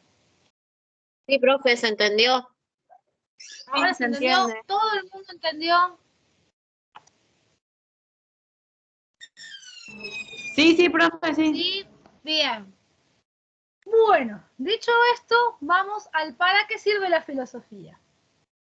Bien, cuando en el apartado 9 se ve para qué sirve la filosofía, se vuelve a mencionar a Heidegger en el apartado, y que Heidegger dice, discúlpenme, que la pregunta filosofía es una pregunta malintencionada. ¿Por qué es una pregunta malintencionada? Y porque es una pregunta que justamente está preguntando ¿para qué sirve algo que es un fin? O sea, la filosofía es un fin en sí mismo. Entonces, como fin en sí mismo, yo no puedo preguntar ¿para qué sirve la filosofía? Es como si alguien preguntara, supónganse, ¿para qué sirven los hospitales? Supónganse para curar gente. Y otro puede responder, supónganse, vamos a imaginarnos una situación ideal donde no hay enfermos, son pocos los enfermos. Entonces, se podría decir, bueno, si no hay enfermos, si nuestra sociedad es tan sana que no se enferma nunca, bueno, ¿para qué queremos tener hospitales? ¿Para qué sirven los hospitales? ¿O para qué sirven los médicos? Nos sobran médicos, ¿no? Que se vayan, ¿no? No. ¿Por qué? ¿Qué estamos perdiendo de vista? Que son fines en sí mismos. En este caso, la medicina va asociada a otro valor que es la salud. En el caso de la filosofía, va asociada a determinados valores que vemos en el apartado 10 y en el final de este apartado también, pero que no quiero adelantar la respuesta. Entonces es una pregunta malintencionada, dice Heidegger. Además es una pregunta que probablemente no se le haga a un economista, no se le haga a un médico, no se le haga a un contador, sobreentendiendo que son carreras que sí tienen una utilidad, mientras que la filosofía no. Entonces Heidegger, como dice, como la pregunta es malintencionada y en realidad la filosofía es un fin, entonces como fin no puede servir para algo, la respuesta, hay que darle dos respuestas a esa pregunta. Sí. Es como dice en el libro que tiene la dignidad del pensamiento libre, que, o sea que cada cual piensa a su manera. Sí, está bien, lo que no sé en qué momento lo dices en el libro, no me acuerdo. Si me podés más o menos orientar. Al principio. Ah, bien, está bien. Sí, está bien lo que estás diciendo, sí. Está bien. Bien, regreso. Entonces, es una pregunta malintencionada porque está suponiendo, o sea, ya está infiriendo, es una pregunta capciosa lo que nos dice Heidegger, ¿no? ¿Qué es una pregunta capciosa? Una pregunta que ya supone una respuesta. Entonces ahí está infiriendo que no tiene ninguna utilidad, ¿no? Por ejemplo de pregunta capciosa es, ejemplo acá de argentino, es cuando Mirta Legrand le preguntó a Piazza si una pareja de dos hombres adoptaban un varón, si el varón no corría riesgo de ser violado, ¿no? Pregunta capciosa, completamente. ¿Por qué? Porque como asociar determinada orientación sexual a la pedofilia, que la pedofilia no es una orientación sexual, digamos, es un delito, digamos, entra en lo que se denomina una perversidad, no es una orientación sexual. Bueno, dejémoslo de lado, ¿no? Bien. Entonces, es una pregunta capciosa. Entonces, como es una pregunta capciosa, es una pregunta malintencionada, nos dice Heidegger, lo mejor es responder literalmente. No sirve para nada, porque efectivamente no sirve para nada, no está al servicio de nadie la filosofía. No es que no sirve para nada decir, bueno, no es algo al pedo, está ahí, más inútil que la ropa que no anda. No. O sea, no sirve para nada en el sentido de que no está al servicio de nadie. Y ahí está bien lo que vos dijiste, Suana, de la dignidad de pensar, es por la dignidad del pensar propiamente dicha. Y la respuesta se completa diciendo lo siguiente, que si bien no tiene una utilidad, sí tiene un sentido. ¿Cuál es el sentido de la filosofía? Bueno, el sentido de la filosofía es criticar lo establecido, incomodar, entristecer, esa dignidad del pensar de la que dijo Soana, ¿no es cierto? El gusto por lo complejo, ¿sí? Esa capacidad de, en vez de achatar la realidad, tratar de mirar todos los matices que la componen, ver a la realidad como un entramado, justamente en el que intervienen distintos tipos de realidades, ¿sí? Yo creo que les di a ustedes el ejemplo de una película que se llamaba Divorciada la semana pasada, Divorciada a los 10 años, que era una película, ahora no me acuerdo el origen de la película, ¿no? Pero era de un país islámico donde se muestra la historia de una nena una historia ficticia, pero que es realidad en muchos casos, ¿no? De una nena que se obligaba a casarse a los 10 años. Y bueno, y ella pide el divorcio. Lo que muestra esa película es que lejos de eso reducirse a una cuestión chata, decir, ay, pero qué bestias, qué animales, qué salvajes, qué HDP, qué degenerados, ¿no? Casan a las nenas chiquitas. Lo que muestra la película es que hay toda una concepción mental que digamos, permite ver de forma válida algo que para nosotros claramente no es válido, ¿sí? Entonces, cuando yo me detengo en eso, no significa que voy a justificar el punto de vista del otro, pero sí significa que lo voy a comprender, digo que puedo entender o lo puedo mirar desde otro lado, ¿no? Entonces ahí está el gusto por lo complejo. Entonces, insisto, el sentido de la filosofía es criticar lo establecido, es incomodar, entristecer, ahora lo explico en el siguiente apartado, y es, ay, no me sale la palabra, che, y es también el gusto por lo complejo, ¿no? Es también esa capacidad de tratar de comprender las distintas variantes que tiene que conforman un fenómeno o que conforman un determinado hecho, ¿no? No quedarme en algo simple, en algo plano. Que eso es lo que hacen mal comparando, o sea, mal comparando no, o sea, como contraejemplo, quiero decir, este es el contraejemplo, es lo que hacen los medios masivos de comunicación. Los medios masivos de comunicación te dan la noticia siempre de manera chata, no complejices. Vos tomala como te la dan. O sea, no critiques ni la complejices. Tomala como está. Tomala como te la doy. Entonces, si la tomás como te la doy, esta verdad se entiende así. Sí, los escucho. Un fin para sí mismo es. Claro, es un fin para sí mismo, exactamente. En realidad la filosofía nos sirve para ser libres, para ser autónomos, para ser personas críticas. O sea, sirve. Bueno, expresa valores, conocimientos y ahí se construyen las respuestas y preguntas. Exactamente, muy bien, muy bien. ¿Esto se entendió? Sí. Sí. Bien, en el apartado 10, el texto... Están todos comiendo, me parece, profe, que nadie contesta. ¿Qué pasó, Evelyn? No, Evelyn, no sé. ¿Evelyn o Soana? No, Soana. No, profe, yo no hablé. Sí. A ver, me parece que era Soana. Te escucho, Soana. No, que de repente no los vi más. No, sí, por eso digo, me parece que todos apagaron la cámara porque están comiendo. Bueno, no importa. Les queda grabado y después me hacen las preguntas. Porque están desesperados con la de biología, yo los entiendo. A mí en la pieza me entró un olor a asado, están comiendo, Camilo hizo un asado. Bueno, si están comiendo no pasa nada, chicos. Después me hacen la pregunta. Miran el video y después me preguntan. Sí, no pasa nada. Los que están presentes, los que están ahí, ¿entendieron? Más allá de los que estén ahí, figurativamente. Sí, pero no sé. Ojo que a veces la gente está ahí y está en otro lado. No, porque parece pobre que está hablando sola, pero no. Muchona, Soana. Oh, yo apagué la cámara porque estoy con el bebé, profe. Los dejo ir a comer tranquilos lo que no fueron a comer todavía. Les digo esto y los dejo ir a comer tranquilos. Bueno, nos queda el último apartado.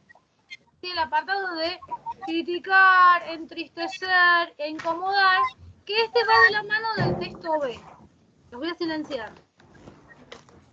Pues activaron varios micrófonos y se escucha un sonido, ¿vieron cuando hacen las hamacas cuando chirrían? Se escucha. Bueno, sigo. Apartado 10. El apartado 10 justamente se complementa con esto. ¿Cuál es el sentido de la filosofía? Criticar, entristecer, incomodar. Lo de incomodar lo vimos con Sócrates, ¿sí? Porque ¿qué hacía Sócrates? Incomodaba. Muchas veces, digamos, la filosofía es una tarea inconveniente. El que ya haya leído el texto B, más allá de si hicieron las preguntas, no, el que ya lo haya leído o hayan intentado ir haciéndolo en grupo, lo que sea, vieron que había también, volví a hablar de que el filósofo, o sea, me trabó la lengua, de que la tarea del filósofo es una tarea inconveniente. ¿Por qué? Y porque muchas veces va en contra de las convenciones, de lo que a los demás les conviene, a lo que los demás les genera comodidad. O sea, el filósofo incomoda, porque cuestiona verdades que están aceptadas, ¿sí? Verdades que nadie se quiere cuestionar por comodidad a veces. A veces una comodidad incómoda, porque no siempre todas las realidades que tenemos aceptadas estamos tan cómodos en ellas, pero tenemos tanta fiaca o miedo a cambiarlas que las dejamos seguir estando, que sigan de largo, ¿no? Que sigan como están, ¿no? Las aceptamos, no las discutimos. Bueno, entonces, ¿qué hace el filósofo? Lo cuestiona. O sea, lo cuestiona. Está incomoda en ese sentido el filósofo, ¿no? Incomoda es una actividad inconveniente. También nos dice Deleuze que la filosofía que no entristece no merece ser llamada filosofía, porque él entiende que una filosofía que no me entristezca es una filosofía que no me da lugar a pensar, ¿sí? Y esto es porque está asociando que una filosofía que me da lugar a pensar me va a llevar a descubrir si, supónganse, no sé, cuán idiota pude ser en el pasado, o cuán idiota puedo ser en el presente, o cuán idiota o estúpido puede ser un medio en el que estoy viviendo. Supónganse, si yo estoy aceptando que mis amigos, no sé, le hagan bullying a alguien, ¿no? O sea, lo carguen, porque sí, nomás porque le tienen bronca porque, vamos a decir una pavada, porque habla con la Z, ¿no? Y entonces lo cargan por eso. Y yo acepto esa condición, estoy aceptando la estupidez de los demás y la estoy haciendo propia. ¿Qué hace la filosofía? ¿O qué debe hacer la filosofía? Dice Deleuze. Y bueno, que me dé cuenta que esas situaciones no están bien, que no las debo legitimar. Entonces, cuando yo descubro que tal vez fui parte de situaciones de ese estilo, y doy el ejemplo del bullying porque es bastante común, ¿sí? Pero hay otros miles de ejemplos. Cuando yo me doy cuenta de esa situación, que tal vez fui cómplice de un bullying, sin en realidad querer hacer algo malo, ¿no? Pero ¿por qué no me di cuenta? Porque me causó gracia que fulanito le dijo tal cosa a Mengano, me dio risa, y que fui indirectamente, digamos, cómplice del bullying. ¿Qué pasa? Me voy a entristecer, porque voy a sentirme un estúpido. Así con un montón de cosas. Si yo analizo varios aspectos de mi vida, voy a dar cuenta que en varios momentos de mi vida fui un estúpido y que todavía no estoy libre de seguir siendo estúpido en otros momentos. Entonces la filosofía me tiene que servir para advertirme contra mi propia estupidez, como para advertirme de la estupidez de los demás o de la sociedad. Entonces por eso es que él sostiene que la filosofía que no entristece no merece ser llamada filosofía. ¿Estamos? Que nos ponen en ciertas situaciones como, o sea, entristeciéndonos para recapacitar acerca de eso, sería. Claro, exactamente. No es el entristecer de decir, ay, voy a filosofar qué triste un que poco, estoy. me siento triste. Claro. Nadia?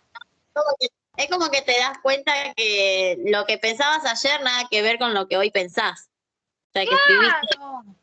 Claro. Pero, o sea, ¿cómo pude haber pensado esto y no tener esta idea que hoy tengo? Claro, exactamente.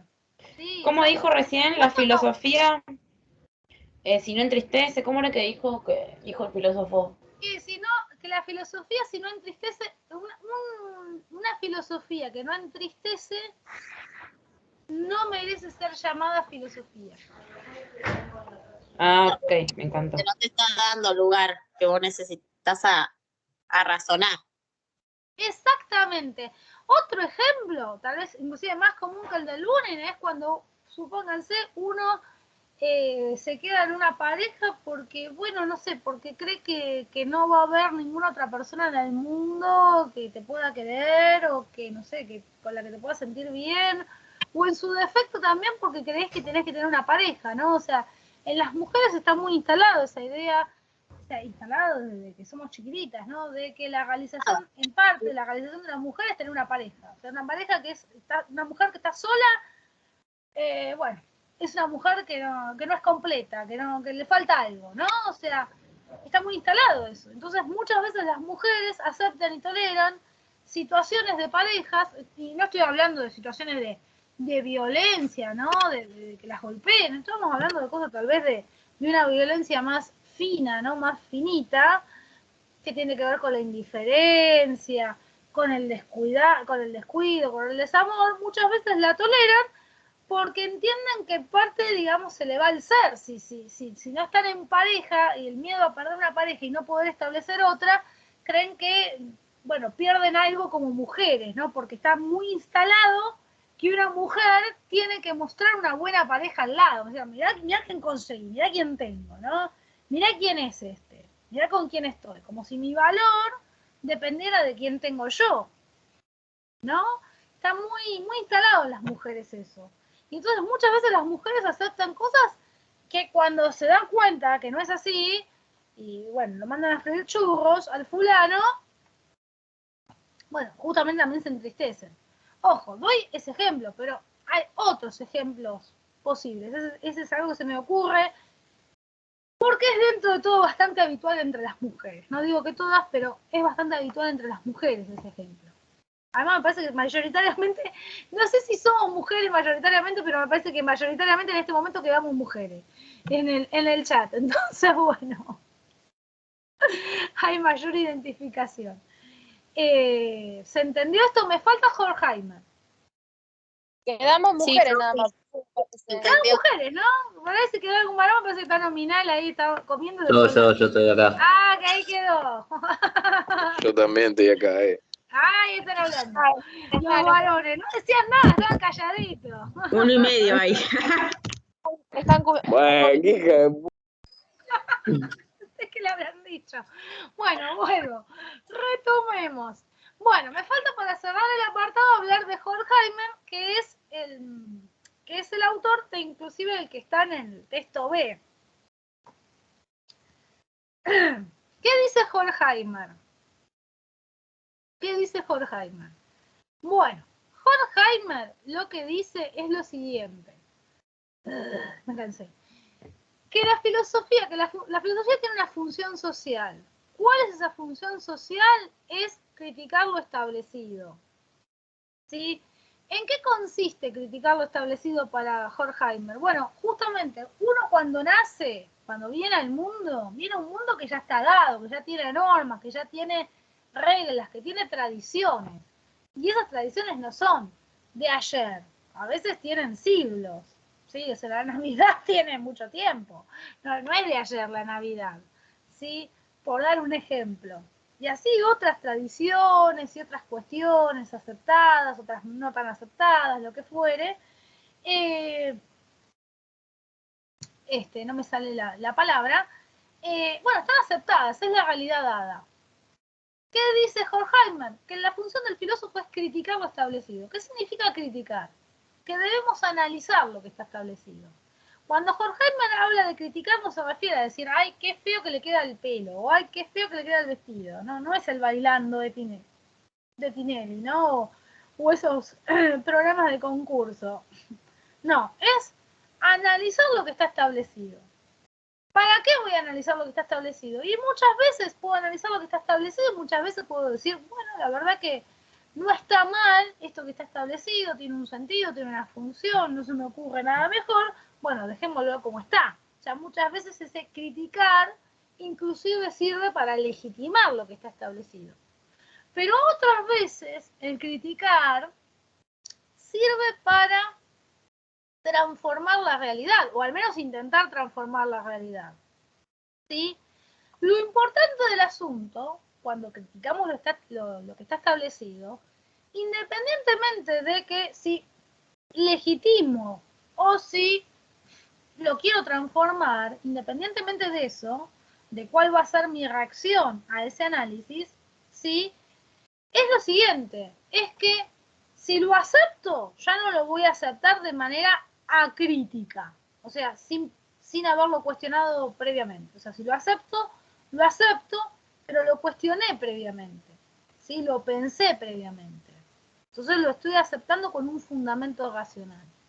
Y si no lo acepto, justamente, no me estoy quedando con algo de manera crítica y diciendo, bueno, porque todo el mundo lo hace, yo también. No, justamente me enfrento a eso, me voy en contra de la corriente y señalo el error. Si no, la sociedad no cambiaría nunca, ¿no? Si todo el mundo aceptara con lo que está establecido, estaríamos igual que en la época de los griegos, ¿no? O sea, se ha modificado justamente porque la gente va cambiando inclusive lo que está establecido.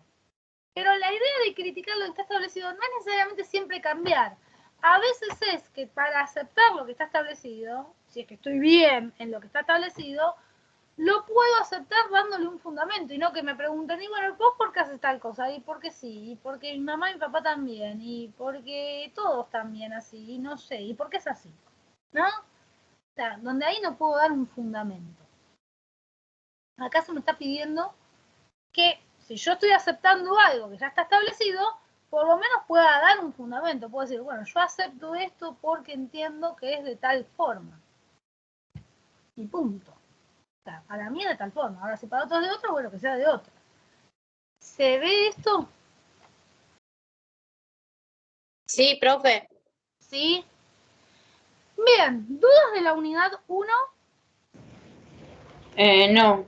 ¿No? O sea que No, en lo profe, la verdad en que- lo criticado establecido sería que sirve para transformar la realidad. No acepta lo establecido, sino en cuestionarse. Sí, ojo que no necesariamente, a veces puede servir para transformar la realidad, pero también para, si la voy a aceptar, no aceptarla de manera crítica, es decir, no aceptarla sin haberla cuestionado antes. Claro. ¿Sí? O sea, ¿vieron cuando yo la clase pasada les daba el ejemplo de si soy poliamoroso o si soy monógamo? O sea, alguien me puede decir, alguien 10, 20, no importa. Estoy diciendo alguien por de una forma de decir. Me puede decir, no, yo soy monogámico. Bien, pero ¿a qué te invita el debate? A que si querés ser monogámico, lo podés ser de manera crítica. Es decir, no soy monogámica, y ¿por qué sí? Porque es así, porque siempre fue así. No, ahora podés ser monogámico, pero con una elección razonada. Es decir, bueno, porque para mí el amor es de esta forma, no podría, no sé, tener varias parejas al mismo tiempo, supónganse, por este y este motivo. Entonces, para mí es válida la monogamia, y me quedo con la monogamia, supónganse, ¿no? Por dar un ejemplo. Y otro puede decir, no, bueno, para mí la poligamia, bueno, cada uno tiene sus razones. Pero el hecho es que se debe aceptar lo que está establecido, porque por ahí me identifico con lo que está establecido, es poder dar un argumento. ¿Se entiende? No siempre es transformar, a veces poder argumentar por qué uno toma determinadas decisiones.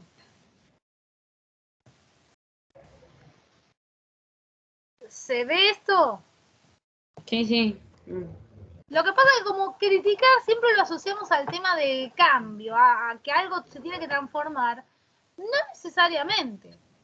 ¿Sí? No necesariamente después de criticar algo se tiene que transformar. Sí, hay una transformación cuando uno dice, bueno, somos más conscientes, pero no es que implique que sí o sí se va a transformar la sociedad o tenemos que emprender acciones para transformar la sociedad. A veces podemos estar conformes y con fundamento de que estamos conformes en determinada situación. Y otras veces, ojo, también criticar lo establecido también tiene que ver a veces con que hay cosas que para mí son de una forma y yo estoy bien y estoy cómodo en esa forma que está establecida y a veces no está bien para otros. O sea, puedo distinguir que para otros puede no estar bien. O sea, supónganse, antes de que existiera el matrimonio igualitario, si la persona era una persona heterosexual, sí, no tenía ningún problema con que no hubiera matrimonio igualitario. En total se podía casar igual. Ahora eso no quita que el heterosexual no tenga la comprensión de que el otro, que tiene otra orientación distinta de la de él, tiene el mismo derecho que él. ¿Se entiende? O como había mucha gente estúpida que salía diciendo, ahora nos van a obligar a ser homosexuales. No, nadie te obliga a ser heterosexual, ni homosexual, ni bisexual, ni poliamoroso, ni monógamo, ni soltero, nadie te obliga a nada, o sea, vos elegís. Pero elegí a conciencia, no porque te dice la gente en general que tengas que ser algo en particular. Esa es un poco la idea. ¿Se ve esto? Sí, profe. Clarita la cuenta. Bueno. ¿Alguna duda de la unidad 1? No. No. ¿Dudas? A ver, yo sé que ustedes... Profe, Sí. el cuadro el que yo lo había dicho hace rato ya. No sé si lo había dicho porque yo entré tarde. ¿El cuadro que me estaban hablando hace un ratito? ¿Qué, profe? ¿El cuadrito que me estaban hablando hace un ratito? A ver, el cuadro Sí, que profe, ese. Sí, ahí lo comparto. A ver, Pero Ella se Díganme. confundió porque no es del módulo 2, es del módulo 1. Sí, del módulo Sí. 1. Ah, este no. Este no es el No. cuadro. No, la actividad 3, pero del módulo 1. Ah, Que bueno. dice completar el cuadro. Entonces Ese originalmente no, te profe, el estaba otro. respondiendo bien. Sí. Decime cuál es el problema. O sea, ese sí me explica porque no lo entiendo. Decime, sí, ¿quieren que comparta el cuadro? Sí, profe. Bueno, denme un segundo que lo busco, así lo comparto directamente, si no me tengo que andar haciendo un mareo por las pantallas.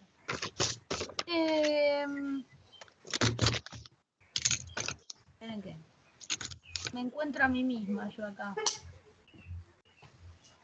Hola, Brisa. Ya apareció Brisa al lado de la computadora. Ustedes no la ven, pero yo sí. Bueno, tengo que buscar el cuadro de la actividad 3. Usted no tiene hijos, ¿no, profe? No, tengo gato. Que Sí, la está verdad bien. que no, bueno, voy a comparar con los hijos, pero la verdad llevan tiempo. El que diga, los animales no te llevan tiempo, miente. Sí, llevan. Miente. Llevan un Ese, profe. Ese, profe. Ah, ¿lo están viendo? Sí. Ah, pero no sabía que estaba compartiendo. Bien, ¿lo están viendo entonces? Bueno, no pasa nada. A ver, estoy mostrando un cuadro, no estoy mostrando nada extraño. No, sí. Bien, escucho. ¿Cuáles son los problemas con este cuadro? Entender qué tienen que hacer en el cuadro. Profe. Sí. Espera un ratito que hago un cambio de auriculares porque está lloviendo y no escucho nada. Bueno, a ver, díganme qué problema tienen. ¿Qué hay que hacer ahí, profe? Que dice mundo, globalización, incertidumbre de la totalidad. Sí, ¿qué es lo que ocurre allí? Ay, ahora perdí yo de vista, sí. ¡Oh! Dios, muevo las cosas y no las veo, sí. Sí, ¿qué pasa? ¿Qué es lo que no entienden? Porque, o sea, para explicar, yo necesito saber qué no entienden. No entienden qué tienen que hacer, qué es lo Claro, que... ¿de dónde se saca para completar el cuadro, por ejemplo? Bien, bueno, buena Sí, profe. pregunta. Sí, te escucho, Evelyn. No, nada, no, lo que yo no entiendo es cómo llenar, porque, bueno, obviamente hay que leer el apartado 3 y ahí recién llenarlo, pero como dice mundo, contexto, ejemplo, esas cosas como que, bueno, igual hay que leerlo, claramente. Hay que leer primero. La palabra mundo Yo es también, el profe, quiero sacar donde hay que sacar. Bueno, la palabra mundo, yo después o sea, tienen que sacarlo del apartado 3 y 4. Sí o sí tienen que leer esos dos apartados y tienen que ver, por ejemplo, qué dice el apartado, ahora no me acuerdo si es el 3 o el 4, el que habla de la globalización, porque se me hace ahí, a mí también una mezcla entre esos dos apartados, ¿no? Porque como tienen una continuidad de ideas, yo a veces no tengo yo el corte interno. Tienen que buscar, por ejemplo, ¿qué dice el apartado sobre la globalización? ¿No? ¿Qué es la globalización, según el apartado? ¿En qué contexto surge la globalización? Y dar un ejemplo de globalización.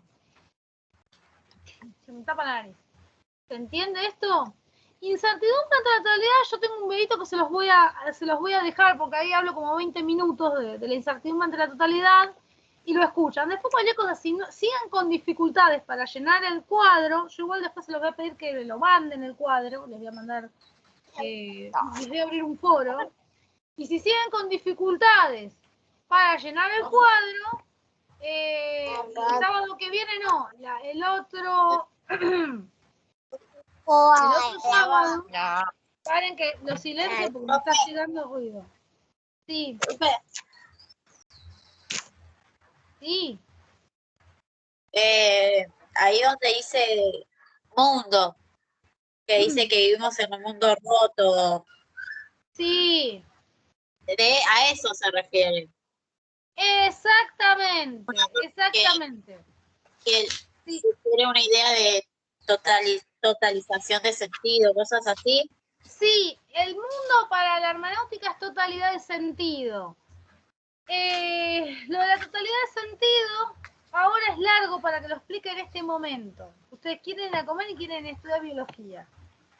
¿Sí? O sea, es largo. O sea, yo les prometo que el siguiente sábado que tengamos clase, les voy a hablar del tema del mundo. Y les voy a hablar de los conceptos que tienen en este cuadro que no hayan podido hacer. ¿Sí? Que no los hayan podido sacar.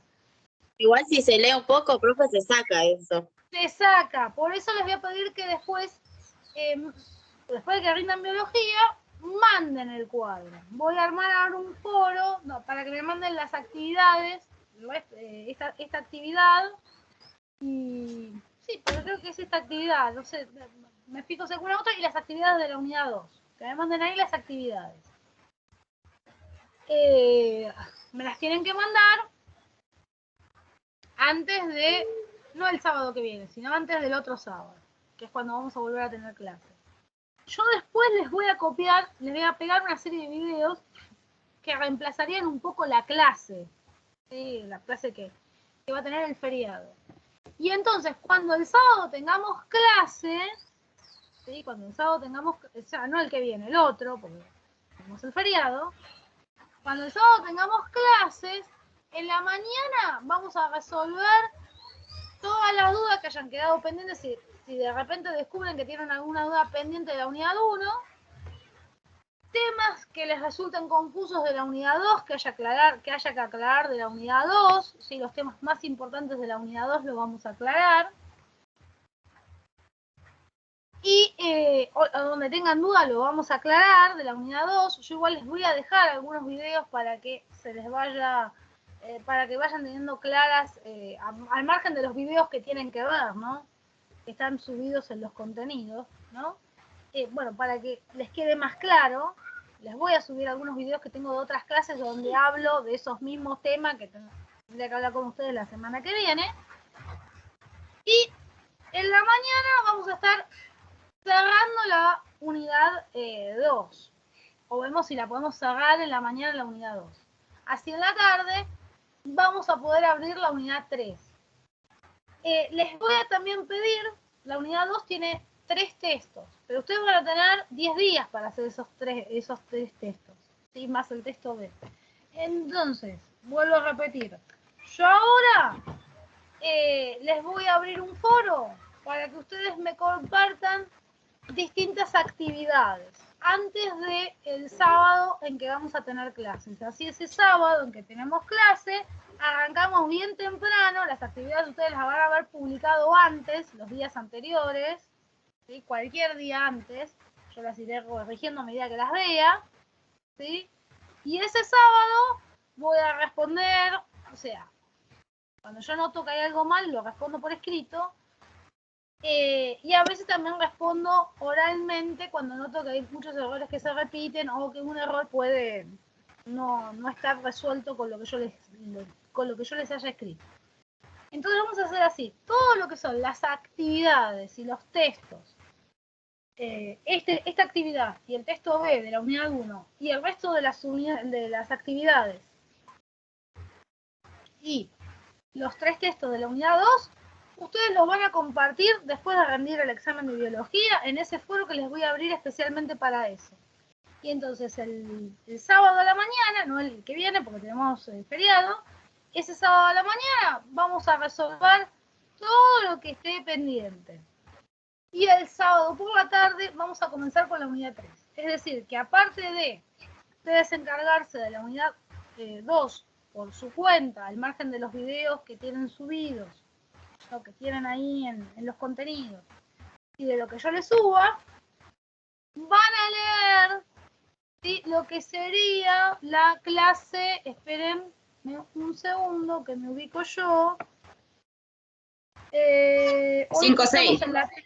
Claro, 5 y 6 es para la semana que viene. Van a leer hasta la clase 7, inclusive. Bueno. O al menos hasta la unidad de antropología, la parte en donde habla de San Agustín, el apartado 3. ¿Sí? Estamos hablando de acá a 15 días. Lo que estoy encargando es de acá a 15 días. Van a leer hasta San Agustín. La parte de la unidad 3 la vamos a ver a la tarde. Y la unidad 2, y si hay alguna duda de la 1, la vamos a ver en la mañana. Entonces a la mañana vamos a empezar bien temprano. Ese sábado vamos a empezar bien temprano. ¿Estamos? Buenísimo, profe. Bueno, yo ahora, en un ratito, descanso un cacho. Además tengo que dedicarme un cacho a la gata, porque tengo una gata que tiene un problema crónico. Me tengo que ocupar. Pero, ¿cómo se llama? En un ratito les dejo todo detalladito en el miel, todas las indicaciones. Así cuando entran en el miel ya saben qué es lo que tienen que hacer. Dale, gracias. Y en un ratito también les subo los videos los videos de la clase de hoy, para el que no estuvo, el que estuvo medio comiendo, el que estaba con la cabeza en biología, pensando en la proteína, en el aminoácido, mientras se estaba dando la clase de filosofía. El ribosoma. El ribosoma, ¡ay, Dios, sí! Bueno, gente, los dejo ir a almorzar y a estudiar tranqui. ¿Les parece bien? ¿Están de acuerdo? Sí, Vale. gracias. No, de nada. Bueno, si no hay ninguna duda, los despido. Los dejo tranquilos. Sí, Dale, profe. gracias, profe. Gracias. Bueno, éxitos en biología. Gracias, profe. Gracias, profe. Delen, Gracias, nos vemos. profe. Gracias. Nos vemos. Nos vemos. Nos Besos. vemos. Chau, Chau. nos vemos. Un beso grande. Chao, chao. Chao.